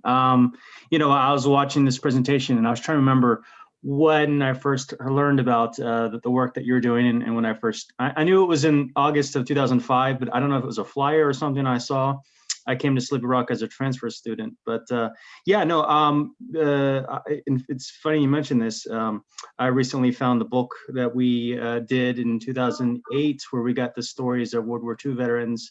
And I think we had students from the history departments or the English departments. We Went out to, I think it was down in Zelienople, the nursing home there, senior living community, and we interviewed World War II veterans about their experiences and documented it. And I'm sure a lot of those folks are gone, but it was really, looking back and seeing that generation and capturing their stories. And I'm hoping that those stories are I mean, they're preserved now for their family members, but what an awesome experience. One of many awesome experiences in AmeriCorps and Connected Corps. So what are you doing these days, Chris? I'm living in Ohio. I am a minister. I pastor a very small church. I also work as a hospital chaplain in Toledo and also in Lima, Ohio. I'm also a chaplain in Air Force Reserve. And if I'm not busy enough, I'm going to be going back to school to get a master's in mental health counseling this fall. I'm married. My wife's a pastor in a small town called Bluffton, Ohio. So it's been a journey. And as I again watching this presentation, thinking about how much my experiences being in the AmeriCorps and Connected Corps program brought me to where I'm at, and I'm forever grateful for the program, and certainly for you, Alice. You have been such a, I think, as all of us can attest to, an inspiration in our lives and help guided us in our passion for community and public service. Well, you all pushed me because I knew that if I stopped you, they'll start griping at me. Naima, I see you on here, Naima. The woman, did you see the part about the feet? I almost want to see your feet, because when she went to Philadelphia, she was 8 months pregnant and her feet looked like shoe boxes. And they lied to me. Bobby Joe and Jess and Naima lied to me. And I totally lied to everybody. I totally lied to everybody. I needed to get a doctor's note in order to go, and I wanted to go so badly. I was just like, I just cannot miss this care break. Like, I can't. Your feet were so big.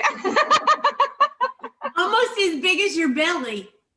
Yes, I just remember riding in a van with my feet propped up at the top, and then everybody just looking at me. I was like, it was so bad.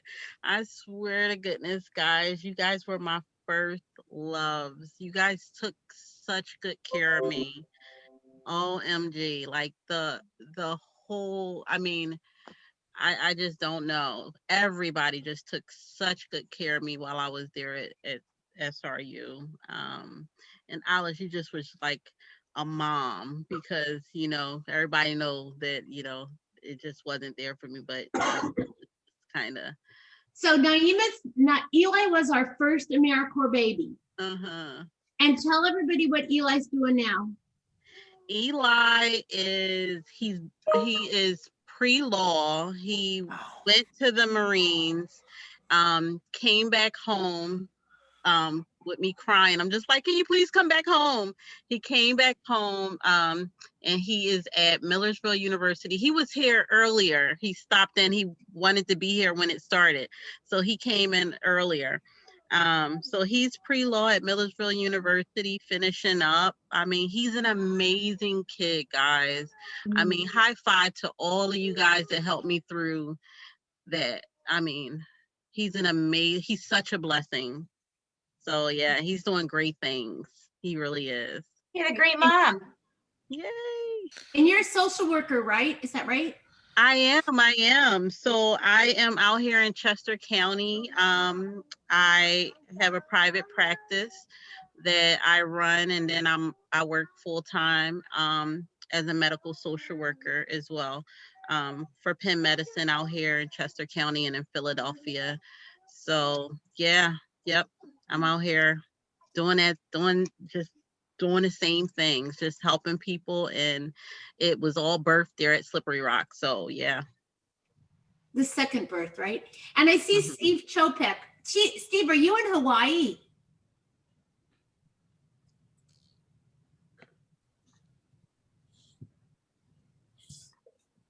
I don't know. Signal. Is you there, Steve? Sorry, multitasking. Yes, I am. Steve. So Steve was my first AmeriCorps assistant director. And we caused Yeah. a lot of trouble, right, Steve? Oh my gosh, it was wonderful because we got to hire community members as AmeriCorps members, which, we went into homeless shelters or transitional facilities for individuals who were affected by a multitude of things for their entire life and offered them a job. And it was incredibly, in addition to having the whole college students and then linking them together to, get kids in every single school in Newcastle, working with the human service agencies over there, working with the, everything. It was, I was living in Pittsburgh, driving all the way up to Slippery Rock every day, trepping over to Newcastle, getting paid pittance and loving every minute of it until some days, me and Alice definitely had our days. But it was hard work, but it was so worthwhile. And just like everyone else said, changed my life. Both as an AmeriCorps, I was an AmeriCorps member in 1998 as well. I was a 2-term AmeriCorps member. I was successful in receiving 2 Ed Awards. And then I called to volunteer one time because of some floods in Butler County. And Becky in the office said, "Hey, look at what Alice has got over here." And, Janie and Becky and all such wonderful memories and such beautiful family. Appreciate you, Alice. Yeah, thank you. And Steve and I, we had very different styles, and he was 8 foot tall and I was 5 foot tall. And that was really a great combination for the AmeriCorps members. It was important for them to have different styles, and we did really good work, Steve. I always appreciated your work. So what do you do now? I worked in the affordable housing industry for a number of years in Pennsylvania, but about 6 years ago, I moved to Maui, and I'm working as a consultant, have one client in Pennsylvania, one client here in Maui.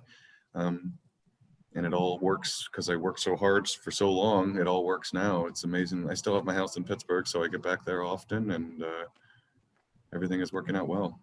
And so you're doing consulting with housing or? Housing and service providers, yeah, still linking the service providers with the housing providers. So we work with aging, we work with mental health providers, work to help the housing developers get the money to build the joints, first of all, that are income-based affordable housing, and then make sure that the services are there once the building opens up. Amazing, great. Good work, Steve. Keep it up. I'm proud of you. I see Rich Best on here. Oh, God. So where are you, Rich? I'm in the DC area. I can't get away from this place to save my life. So I've been down here since 2005, doing occupational safety and health. I got annoyed, left for a while, went to Indiana, PA to get my master's, and ended up right back here. So I work at the Treasury Department. I'm their loan safety and health professional, God help them. And so every day schlepping down to the White House. It's interesting times for sure, COVID and all we got going on, but doing my best to run around and help them as much as possible. And do you still do volunteer work or community-based stuff? I mean, like government isn't community-based, right? Of course it is. No, my work is definitely not community-based. So I've been mostly, at my last job, I was mostly customer facing. So definitely learning to deal with grumpy people has been a part of my life. So, now I'm not customer facing, I'm employee facing, but I just treat it the same way. It's just power through and help people feel comfortable about anything and everything. Great. Thank you. It was great to have you in the Corps too. I see Great Candace. program. Candace has new things happening in her life too, right? Yeah. We adopted a baby, if that's what you were referring to. And you also have a PhD, right? Yeah. I got my PhD in public health in about a year and a half ago. So that was nice. I think in part from, working, with Institute and AmeriCorps, became really interested in social work and realized it was a lot more comfortable in homeless shelters than I was, for example, like in a lab, and progressed through there. But I'm working in suicide prevention now with adolescents, and so I do a lot of stuff with like digital mental health interventions and that kind of thing. So yeah, still the helping people bug really stuck. I feel like that I learned a lot about my values, my interests, and what I even wanted to do in life from the work that we did. So thank you for everything and for recognizing, for pulling me in, and as well as everyone else. And yeah, it's really great. Thank you. So we'll watch your son grow up and we'll recruit him next, maybe, huh? Okay, great. So I see Lisa Gill on here too. Lisa was, I think I must have met you when you're 15 at the high school. And then you were an AmeriCorps member and the last assistant director. And when the university decided we weren't going to be in that business anymore, you became the last AmeriCorps director.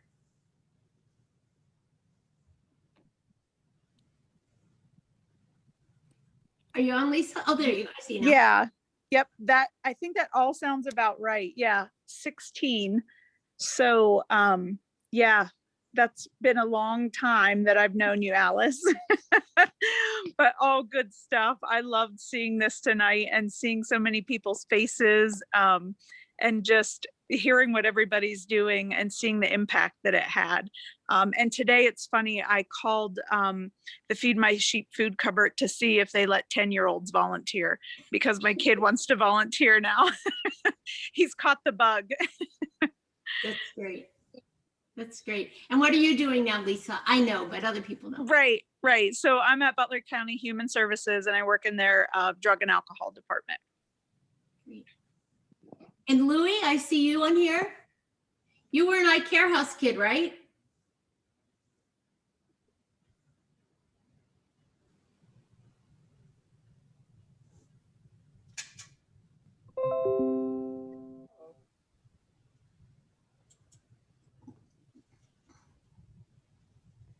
I can't hear you.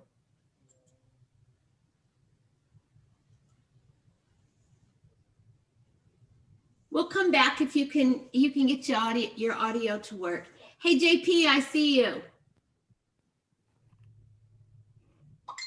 In JP's interview with the students, he said that all the AmeriCorps members used to badmouth me. So what she asked me, do you have any like funny stories that maybe Alice never heard before? And I said, yeah, we probably talked about her a lot. We certainly had our times where we complained about Alice a lot. We would say things like, oh my gosh, she wants too much from us. I can't believe she expects us to be able to do this. Hey, I'm thinking about doing this. Okay, cool, go ahead, get on that. And we're like, wait, we need help. Like, how do we? No, you can do it yourself. And it's amazing, though, from that experience, what all of us have,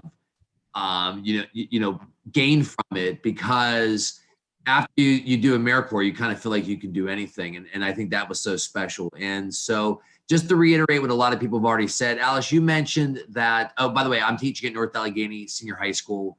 I'm now teaching modern American history and politics, a new course that I helped create. And also another course that I'm teaching is a brand new class. A class that I started is honors philosophy. And so teaching those two classes at the high school level, I can't believe now I've been teaching 19 years, which is crazy to me. I'm a couple sponsors of a couple clubs, and it's just been great. But Alice, one thing that you said that I found interesting, you kind of talked about this long movie and all these different actors and all these different roles and everything, but you left one thing out, and that is the movie always had the same director, and that has been you, and the same producer, and that has been you. And honestly, Alice, what a film you've directed. I mean, look at the people on right now and lives that you affected, and just think about how many other lives have been affected by the people that you see. And it just makes you, I hope you understand how special you are. I appreciate that. Thanks, Danny. It was really, I mean, what a cast, huh? I mean, when you start thinking, when I counted out just the number of AmeriCorps hours, it was over 1 million hours by those AmeriCorps members that were there for 16 years. And 26 cities for care breaks. And Eric, you only planned 25 of those, right? And Dan Dixon, I see you too. Dan Dixon was a history student in Auburn, Illinois, right, Dan? Yeah, and tomorrow I'm going to give a talk on the history of the high school to the high school students. Great. And you kind of got interested in history? Yeah, you kind of forced me in with a bunch of people that were overbearing into a room. I don't know if you remember them or not. I do. the first day I came out shaking like a leaf, and since then I've gotten to know all those people, and probably, oh, well, Beth Bateman and I still talk to each other. I haven't heard from Drew from a long time. I don't even know where he's at these days. Brad Schroeder and I have always been friends, and yeah, it was an interesting experience. And if it weren't for you, I probably wouldn't even be talking right now to people. And tell us what you do right now. Well, right now I'm working at the Illinois State Library. I'm circulation coordinator, and we're going through a weeding process.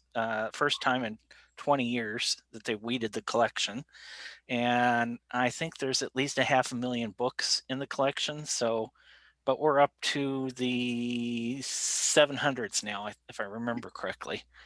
And also, I am kind of the Auburn historian. Unofficially official Auburn historian. Anytime anybody wants to know history of Auburn, I give them information, and there's a Facebook page called Auburn 150 that I started in the year, I think it was the 150th anniversary of Auburn, and people have been really willing to help me out, learn more and more about the city. I focus on Auburn. I mean, I've lived in the same house my whole life. I don't know anybody else that could say that. So I'm a true Auburnite. Well, thanks, Dan, for your help in finding people. And Eric, you're in New Hampshire. Yes, I am with Jen. Can you come back to me when she's back? Yeah, I will. And so I see, I feel like Romper Room. I see Lori Finale. Lori Cummings. So Lori's mom was the cook marvelous for every care break and every KTC workshop that we had. She made more sloppy joes than any human being should have to make, I think. I don't know if Lori's still on. Lori Beauchamp? Lori Tracy? Yes. So she's been involved with this. Are you happy? Yes. I ran out of Kleenex. You did a great job. Thank you so much for your help. Want to tell people what you do? Well, my real job is I'm a Disney travel agent, but in my past free time, I should say, I am on the Grove City YMCA board. I have, of course, sat on all the boosters clubs for my kids as they were going through. So my background before I moved to Pennsylvania has always been nonprofit based with Habitat for Humanity, PTA. I do Relay for Life. I'm a co-lead, been doing that for many years.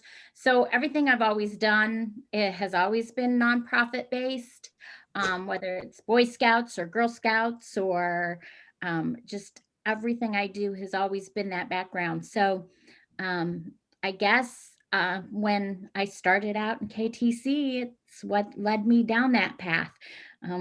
Alice was my Girl Scout leader. Been with her a long time. So obviously she did a lot of getting me into that, and it just seemed a natural fit. And here I am, moved to PA. Alice lives practically next door in Slippery Rock, and here I am now helping her whenever she calls, because we all know when Alice asks you to do something, you do it, because you don't get an option not to. That's what Russ says. Thanks, Lori. Bobby, Joe, and Jess, tell people where you are, because I think this is hysterical.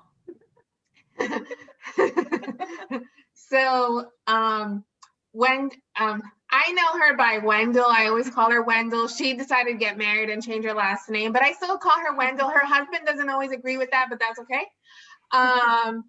So I bought a house about 2 months ago, And we were doing this, and I'm having a housewarming on Saturday, and Witham was like, well, can I just come up? We can do the alumni thing together, and I'll be there for your housewarming. I said, perfect. So she drove down today, and we picked up some stuff for Saturday, and yeah, we're in my house right now. Nothing like a 4.5 hour drive to talk about AmeriCorps, because we did everything in AmeriCorps together. Like Jess did a project, I did a project. Jess didn't drive, so I drove for all her projects. So I always had a volunteer in Jess. Jess always had a volunteer in me. So it wouldn't have been like doing it separately would have felt odd. Yeah, that would have been. And you guys have been together for a long time.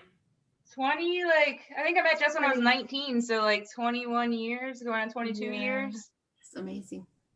And what are you doing, Jess? So currently I am a social worker for a nonprofit. It's United Community Services for Working Families. We have what's called the Youth Builds program, and where we help high school students who have dropped out of school, and through our program they get their GED. They learn construction as one piece of it, and then they also do their GED, and then anything that falls outside of those two things I help with. So that could be anything from like getting housing, getting emergency food stamps, getting medical assistance, someone to talk to, or like being able to just be able to connect the individual with whatever resources they might need. It could also be counseling or something like that. That's great. And Jessica was able to do a lot of home improvement stuff from her AmeriCorps days. So you teach the kids how to be construction workers. Good for you, Jess. That's great. I see Michelle too. Okay, so Michelle, best Halloween costume ever was a toilet. I remember that. Or a butt. I was a butt 1 year also. Hi, Alice. Hi, it's great to see you. I still live in Pittsburgh and work. This is my 15th or 16th year as an assistant director of special education for a cyber school. So that's fun. We are the only cyber school in Pennsylvania that's a trauma-informed school. So that's been really exciting and interesting. So I've learned lots of skills in my AmeriCorps years, Connector Corps years to help me with that.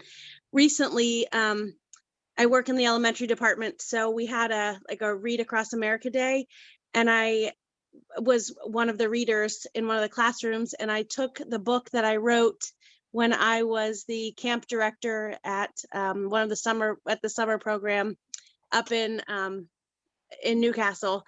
And I had written a book because I wanted to kind of model what I wanted the kids to do. I got them each a blank book, and they each got to write their own. So I read it to the students, and I explained why I wrote the book. So it was kind of a fun nod to my experience back then. So that was really cool. So it was great. Do you have a funny AmeriCorps story? Because you always made everybody laugh. None that I can share on. None that I can share here. Michelle, sure yes, you can. Tell the story about the care breakdown in Florida. Tell them we did that talent show. I still remember what you did to me, and believe me, payback is coming at one point. Which one? With the water? Yes. That was amazing, Michelle. Amazing. I don't even, well, that was because Crystal did that to us on a different care break. It was Yeah, you basically said you were gonna do You a were magic a table. trick. Jamie was a table, right? I was a table. You Yeah. said I was gonna do you were gonna do a magic trick. You put a bunch of cups on my back as a table, and then you walked away. You just left me there. So Yeah, then we once did. I had a choice. What am I gonna do? I obviously had to move eventually, and all the water poured all over me, and I was soaking wet. Well, you were such a good sport, Jamie. Oh, yeah, right. You know what I remember about that trip to Florida, Jamie, is Speta and monkey balls and underwear that was lost. That was Lost our underwear. Oh, yeah. Wow, that was so funny. I completely forgot about that. Yep. And I see Chad too. And Michelle, you have twins, right? You're a twin. I And you have do. twins. Correct. They'll be 13 next month. That's hard to believe, but amazing. Good times. Chad, I saw you were on moving around a little bit. Yeah, hey everybody. Good to see you. I got some furniture to put together for my new office. Yeah, I bet you do. Nano is not on. If Nano will fly in, I'll come in too. We'll put together your home office retirement furniture. It'll take all night again. You put it together. I was looking Jess and forward I would to watch seeing you put it Nano. together. I tried to get a hold of Nano, but he didn't. I just couldn't get him. But yeah. So. Yep. It was a fun 18 hours for sure. Congrats. I can't believe you announced it. So I thought it was coming, but I'm so happy you're moving on and have released it, and we'll take it to the next level. So Thank you. It's in good hands. I appreciate that. I see Allison. Is that Allison?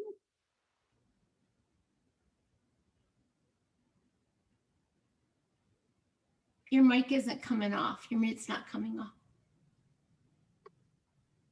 We'll come back. Jen and Eric. Oh, she realized that's Allie. Hi, You go first. I'll go first. I was, well, we're in New Hampshire now, but it's the funny story here is we met at Slippery Rock. Eric was a hacky sacker outside of my dorm. I lived at Bard Hall, and so that's where we met. And you know that's gone now, right? There is no Yeah. Bard. There's Everything's coming back though. Yeah, like Everything's gone. yeah. But I did AmeriCorps for 2 years, and then I did grad school at Slippery Rock for counseling and came back as a GA for 2 years while Eric was a Vista. And how we ended up in New England, Eric got a flyer about Brattleboro's School for International Training. And he said, I'm going to go there one day for intercultural management service or nonprofit work for grad school. So when I finished up grad school at Slippery Rock, we moved out to Brattleboro, and now we're in New Hampshire. But I'm a school counselor at a school, preschool through 8th grade. So I've been there since we moved here, which is a little over 18 years. So. And I've been a nonprofit professional since then as well. Going to school for getting my master's at the school that Jen mentioned, and then working there as a fundraiser for about 5 years. And then since early 2012, being director of development, the fundraiser at a nonprofit performing arts center in Keene, New Hampshire called the Colonial Theater. And, basically, presenting live performances, everything from comedy to Broadway, to classical, etc. And we're going through a huge capital campaign now and a renovation. So what a great time to do a capital campaign in the middle of COVID. But we did it. We're doing it, and we're about 70% towards goal and looking to go public soon. So it's been fun, and yeah, definitely couldn't. I don't know. Just so appreciative to you, Alice, and everything you've done for us, and everything you've done for everyone on this Zoom. So thank you very much. Yes, thank you. We love you, Alice. I love you guys too. There were times when you guys were the ones who kept me stable, We had some pretty crazy shit going on at my house sometimes. And yes. And you guys gave me purpose. So I appreciated that. That's one of our fondest memories of college. I tell all the kids now, like when we had AmeriCorps, like all the things that we did. Sometimes I can't believe the things that we did when I think about like driving those vans in the first place. I don't know how we were ever qualified to do that.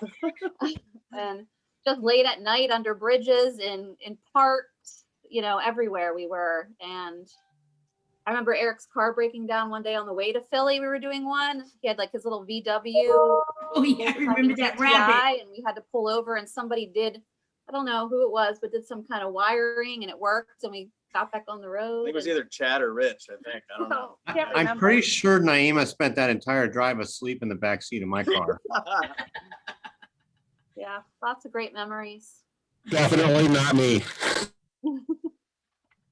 Hey, Steve, can you show your face? Steve Klaus.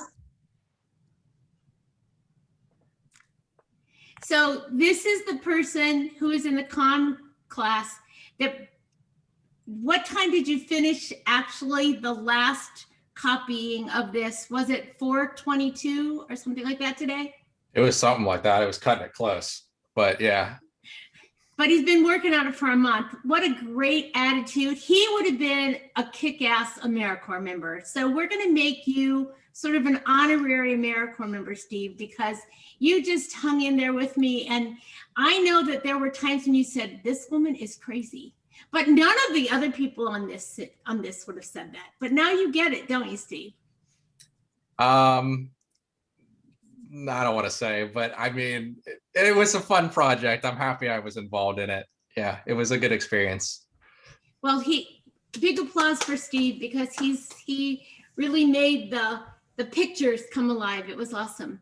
There are a number of other students who are students now, and I just wonder what you guys think about what you heard and the people that you met on this screen.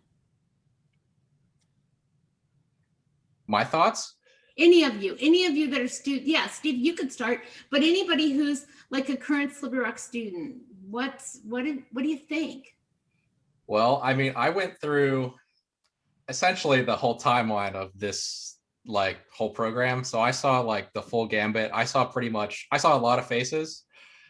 I just think it was like a really like it's such a cool thing to look at something like from an outside perspective, because obviously I wasn't involved in this, but like looking in and seeing like all the cool work you guys did over time, like every program did something awesome. So like getting to see that and like experience like how that happened, I thought that was like really special. Thanks, Steve. Bethany, Kirsten, Jocelyn, I'm looking, Taylor, you're still on here.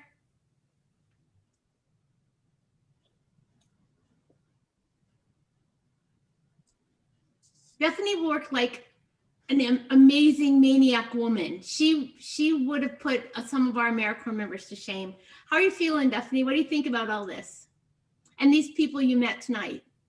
I think it's really cool because I started working on like this project last January before the pandemic. So it's changed a bunch, and I've seen a ton of pictures, and Alice has told all the stories so many times, and it's just cool to actually see people and hear people and kind of know where everything, how it all happened and where we are now. And it's just really cool to see it all come together, and it's kind of, I don't know, it's exciting.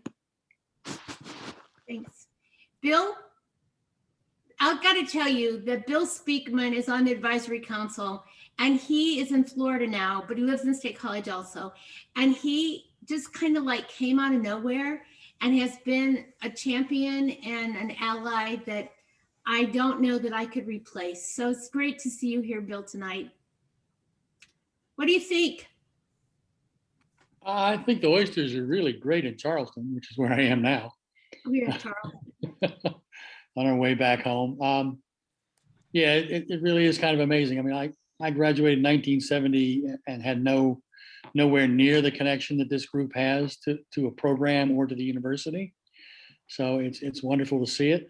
I wish to hell I would have, because it took me, a couple of grad schools later before I actually had the knowledge that I needed to actually hold the jobs in the nonprofit world that I have over the last 40 years. And it would have been a lot better for me to start off at the Rock with the basic knowledge and move forward. So, I mean, it's a great program. I became involved because I was shocked when I found out it existed. And I'm happy to be any little part of it I can. Thank you.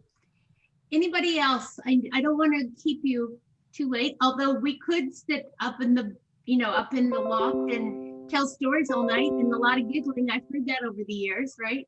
But want to make sure that you have an opportunity to take care of your families and take care of yourself. And I don't know if you guys saw Anka, but Anka was on the call, as some of you knew her, and she was coming in from Croatia.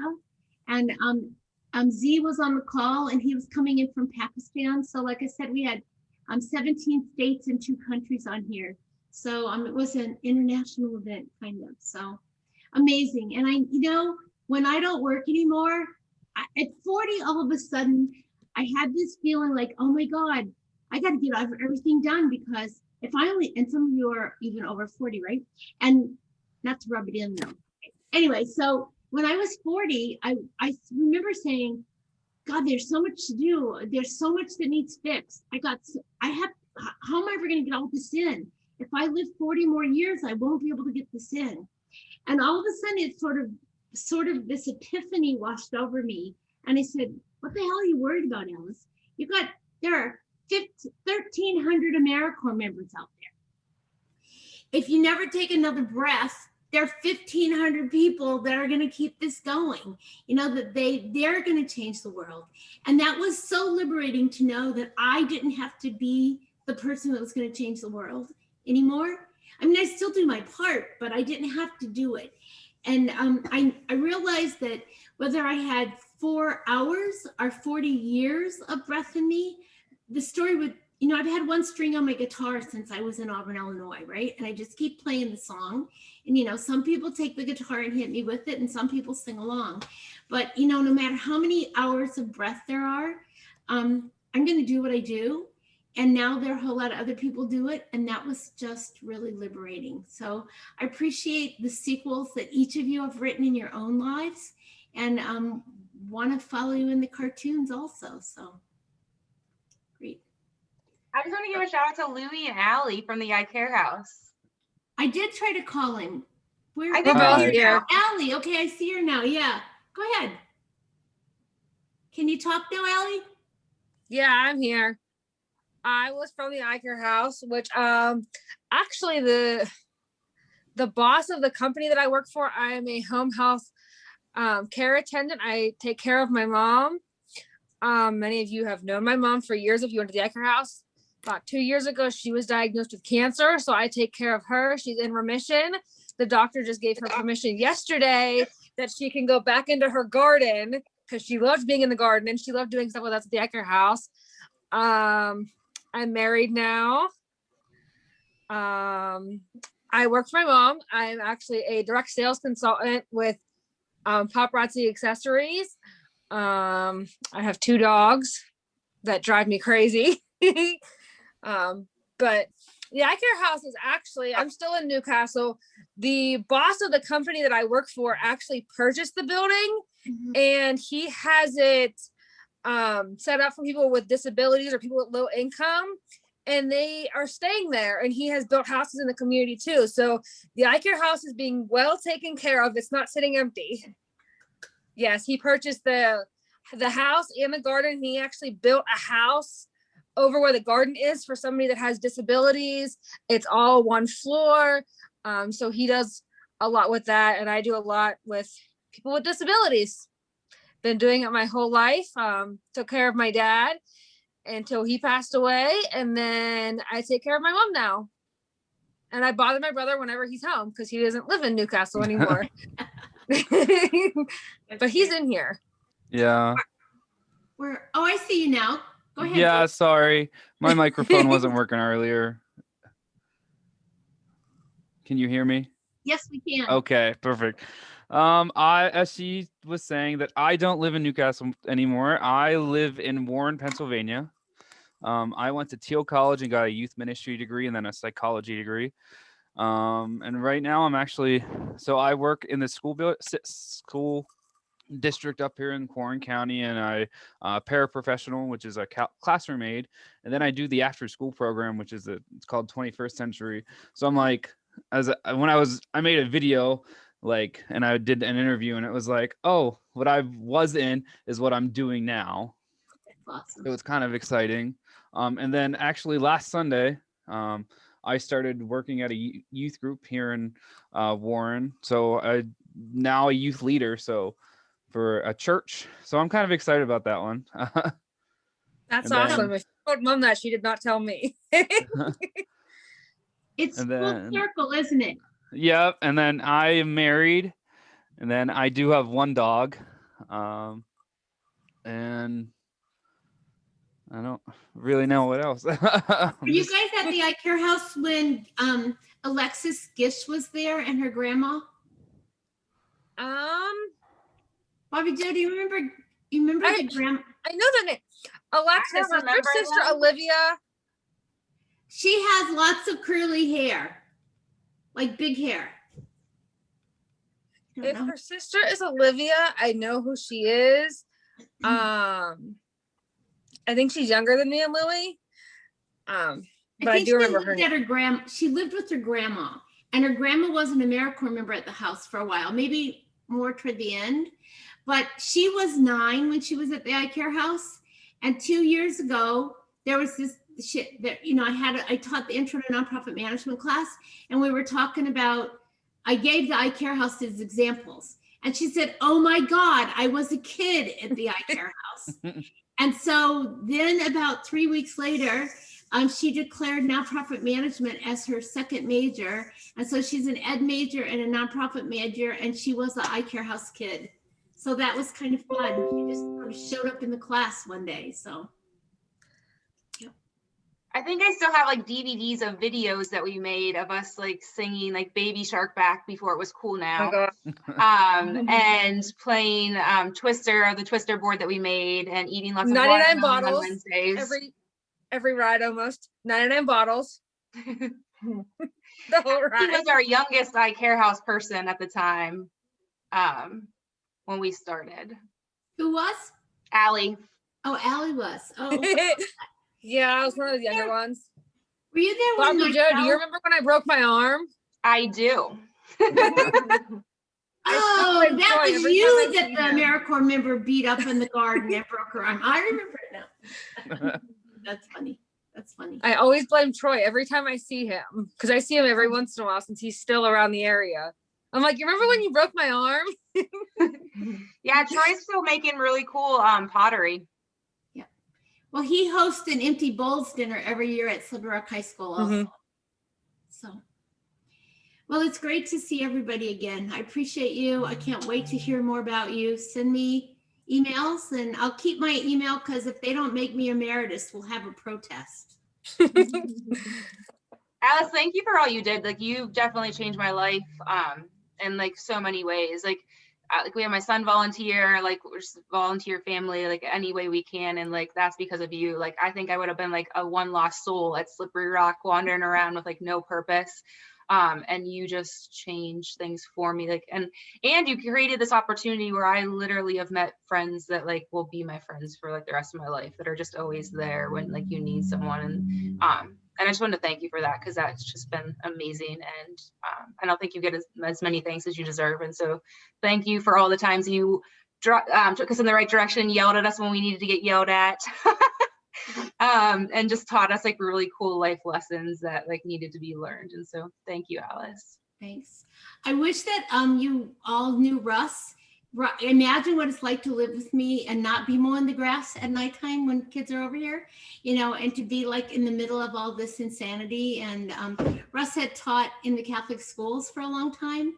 And so he knew what it was like to be a teacher, and he knew that that was sort of in my blood, and I can't really get rid of it. And so it's been really great to have him as a life partner. And Seth is 31. Does that make you feel old?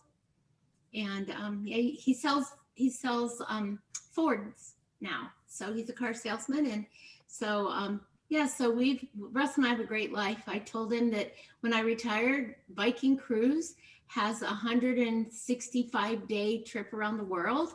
And I told him that he needs to be saving his money to take me on that. But he what do you tell them? I say after about 30 days, they'll find us with our throats on each other's throats. Yeah, yeah. Because Alice, she's always going a mile a minute, and always has things to do. But, she's a special person, very special person. So I'm lucky to have him. It's been really nice. I tell my students in my class, I've had 3 husbands and the third one's a charm. And when I first had that in class, students were like, oh my God, I don't believe she said that. But it's just kind of for fun, but it is true too. So, yep. So again, thanks everybody for being here. It's great to see you, and be well and send me pictures. And there's still many, many of you that still owe me the dinner after you got your first big boy and big girl job. And so when I retire, I'm going to come and get it. Be well, everybody. Good to see you. Thank you. Night. Bye. Bye, everyone. Bye-bye. Good night, all. Good night. Thanks, Heidi. Good to see you again. Same. Take care, Naima. Good to see you, Steve. Hi, Mark. Hi, Lori. See you later, Taylor. Take care.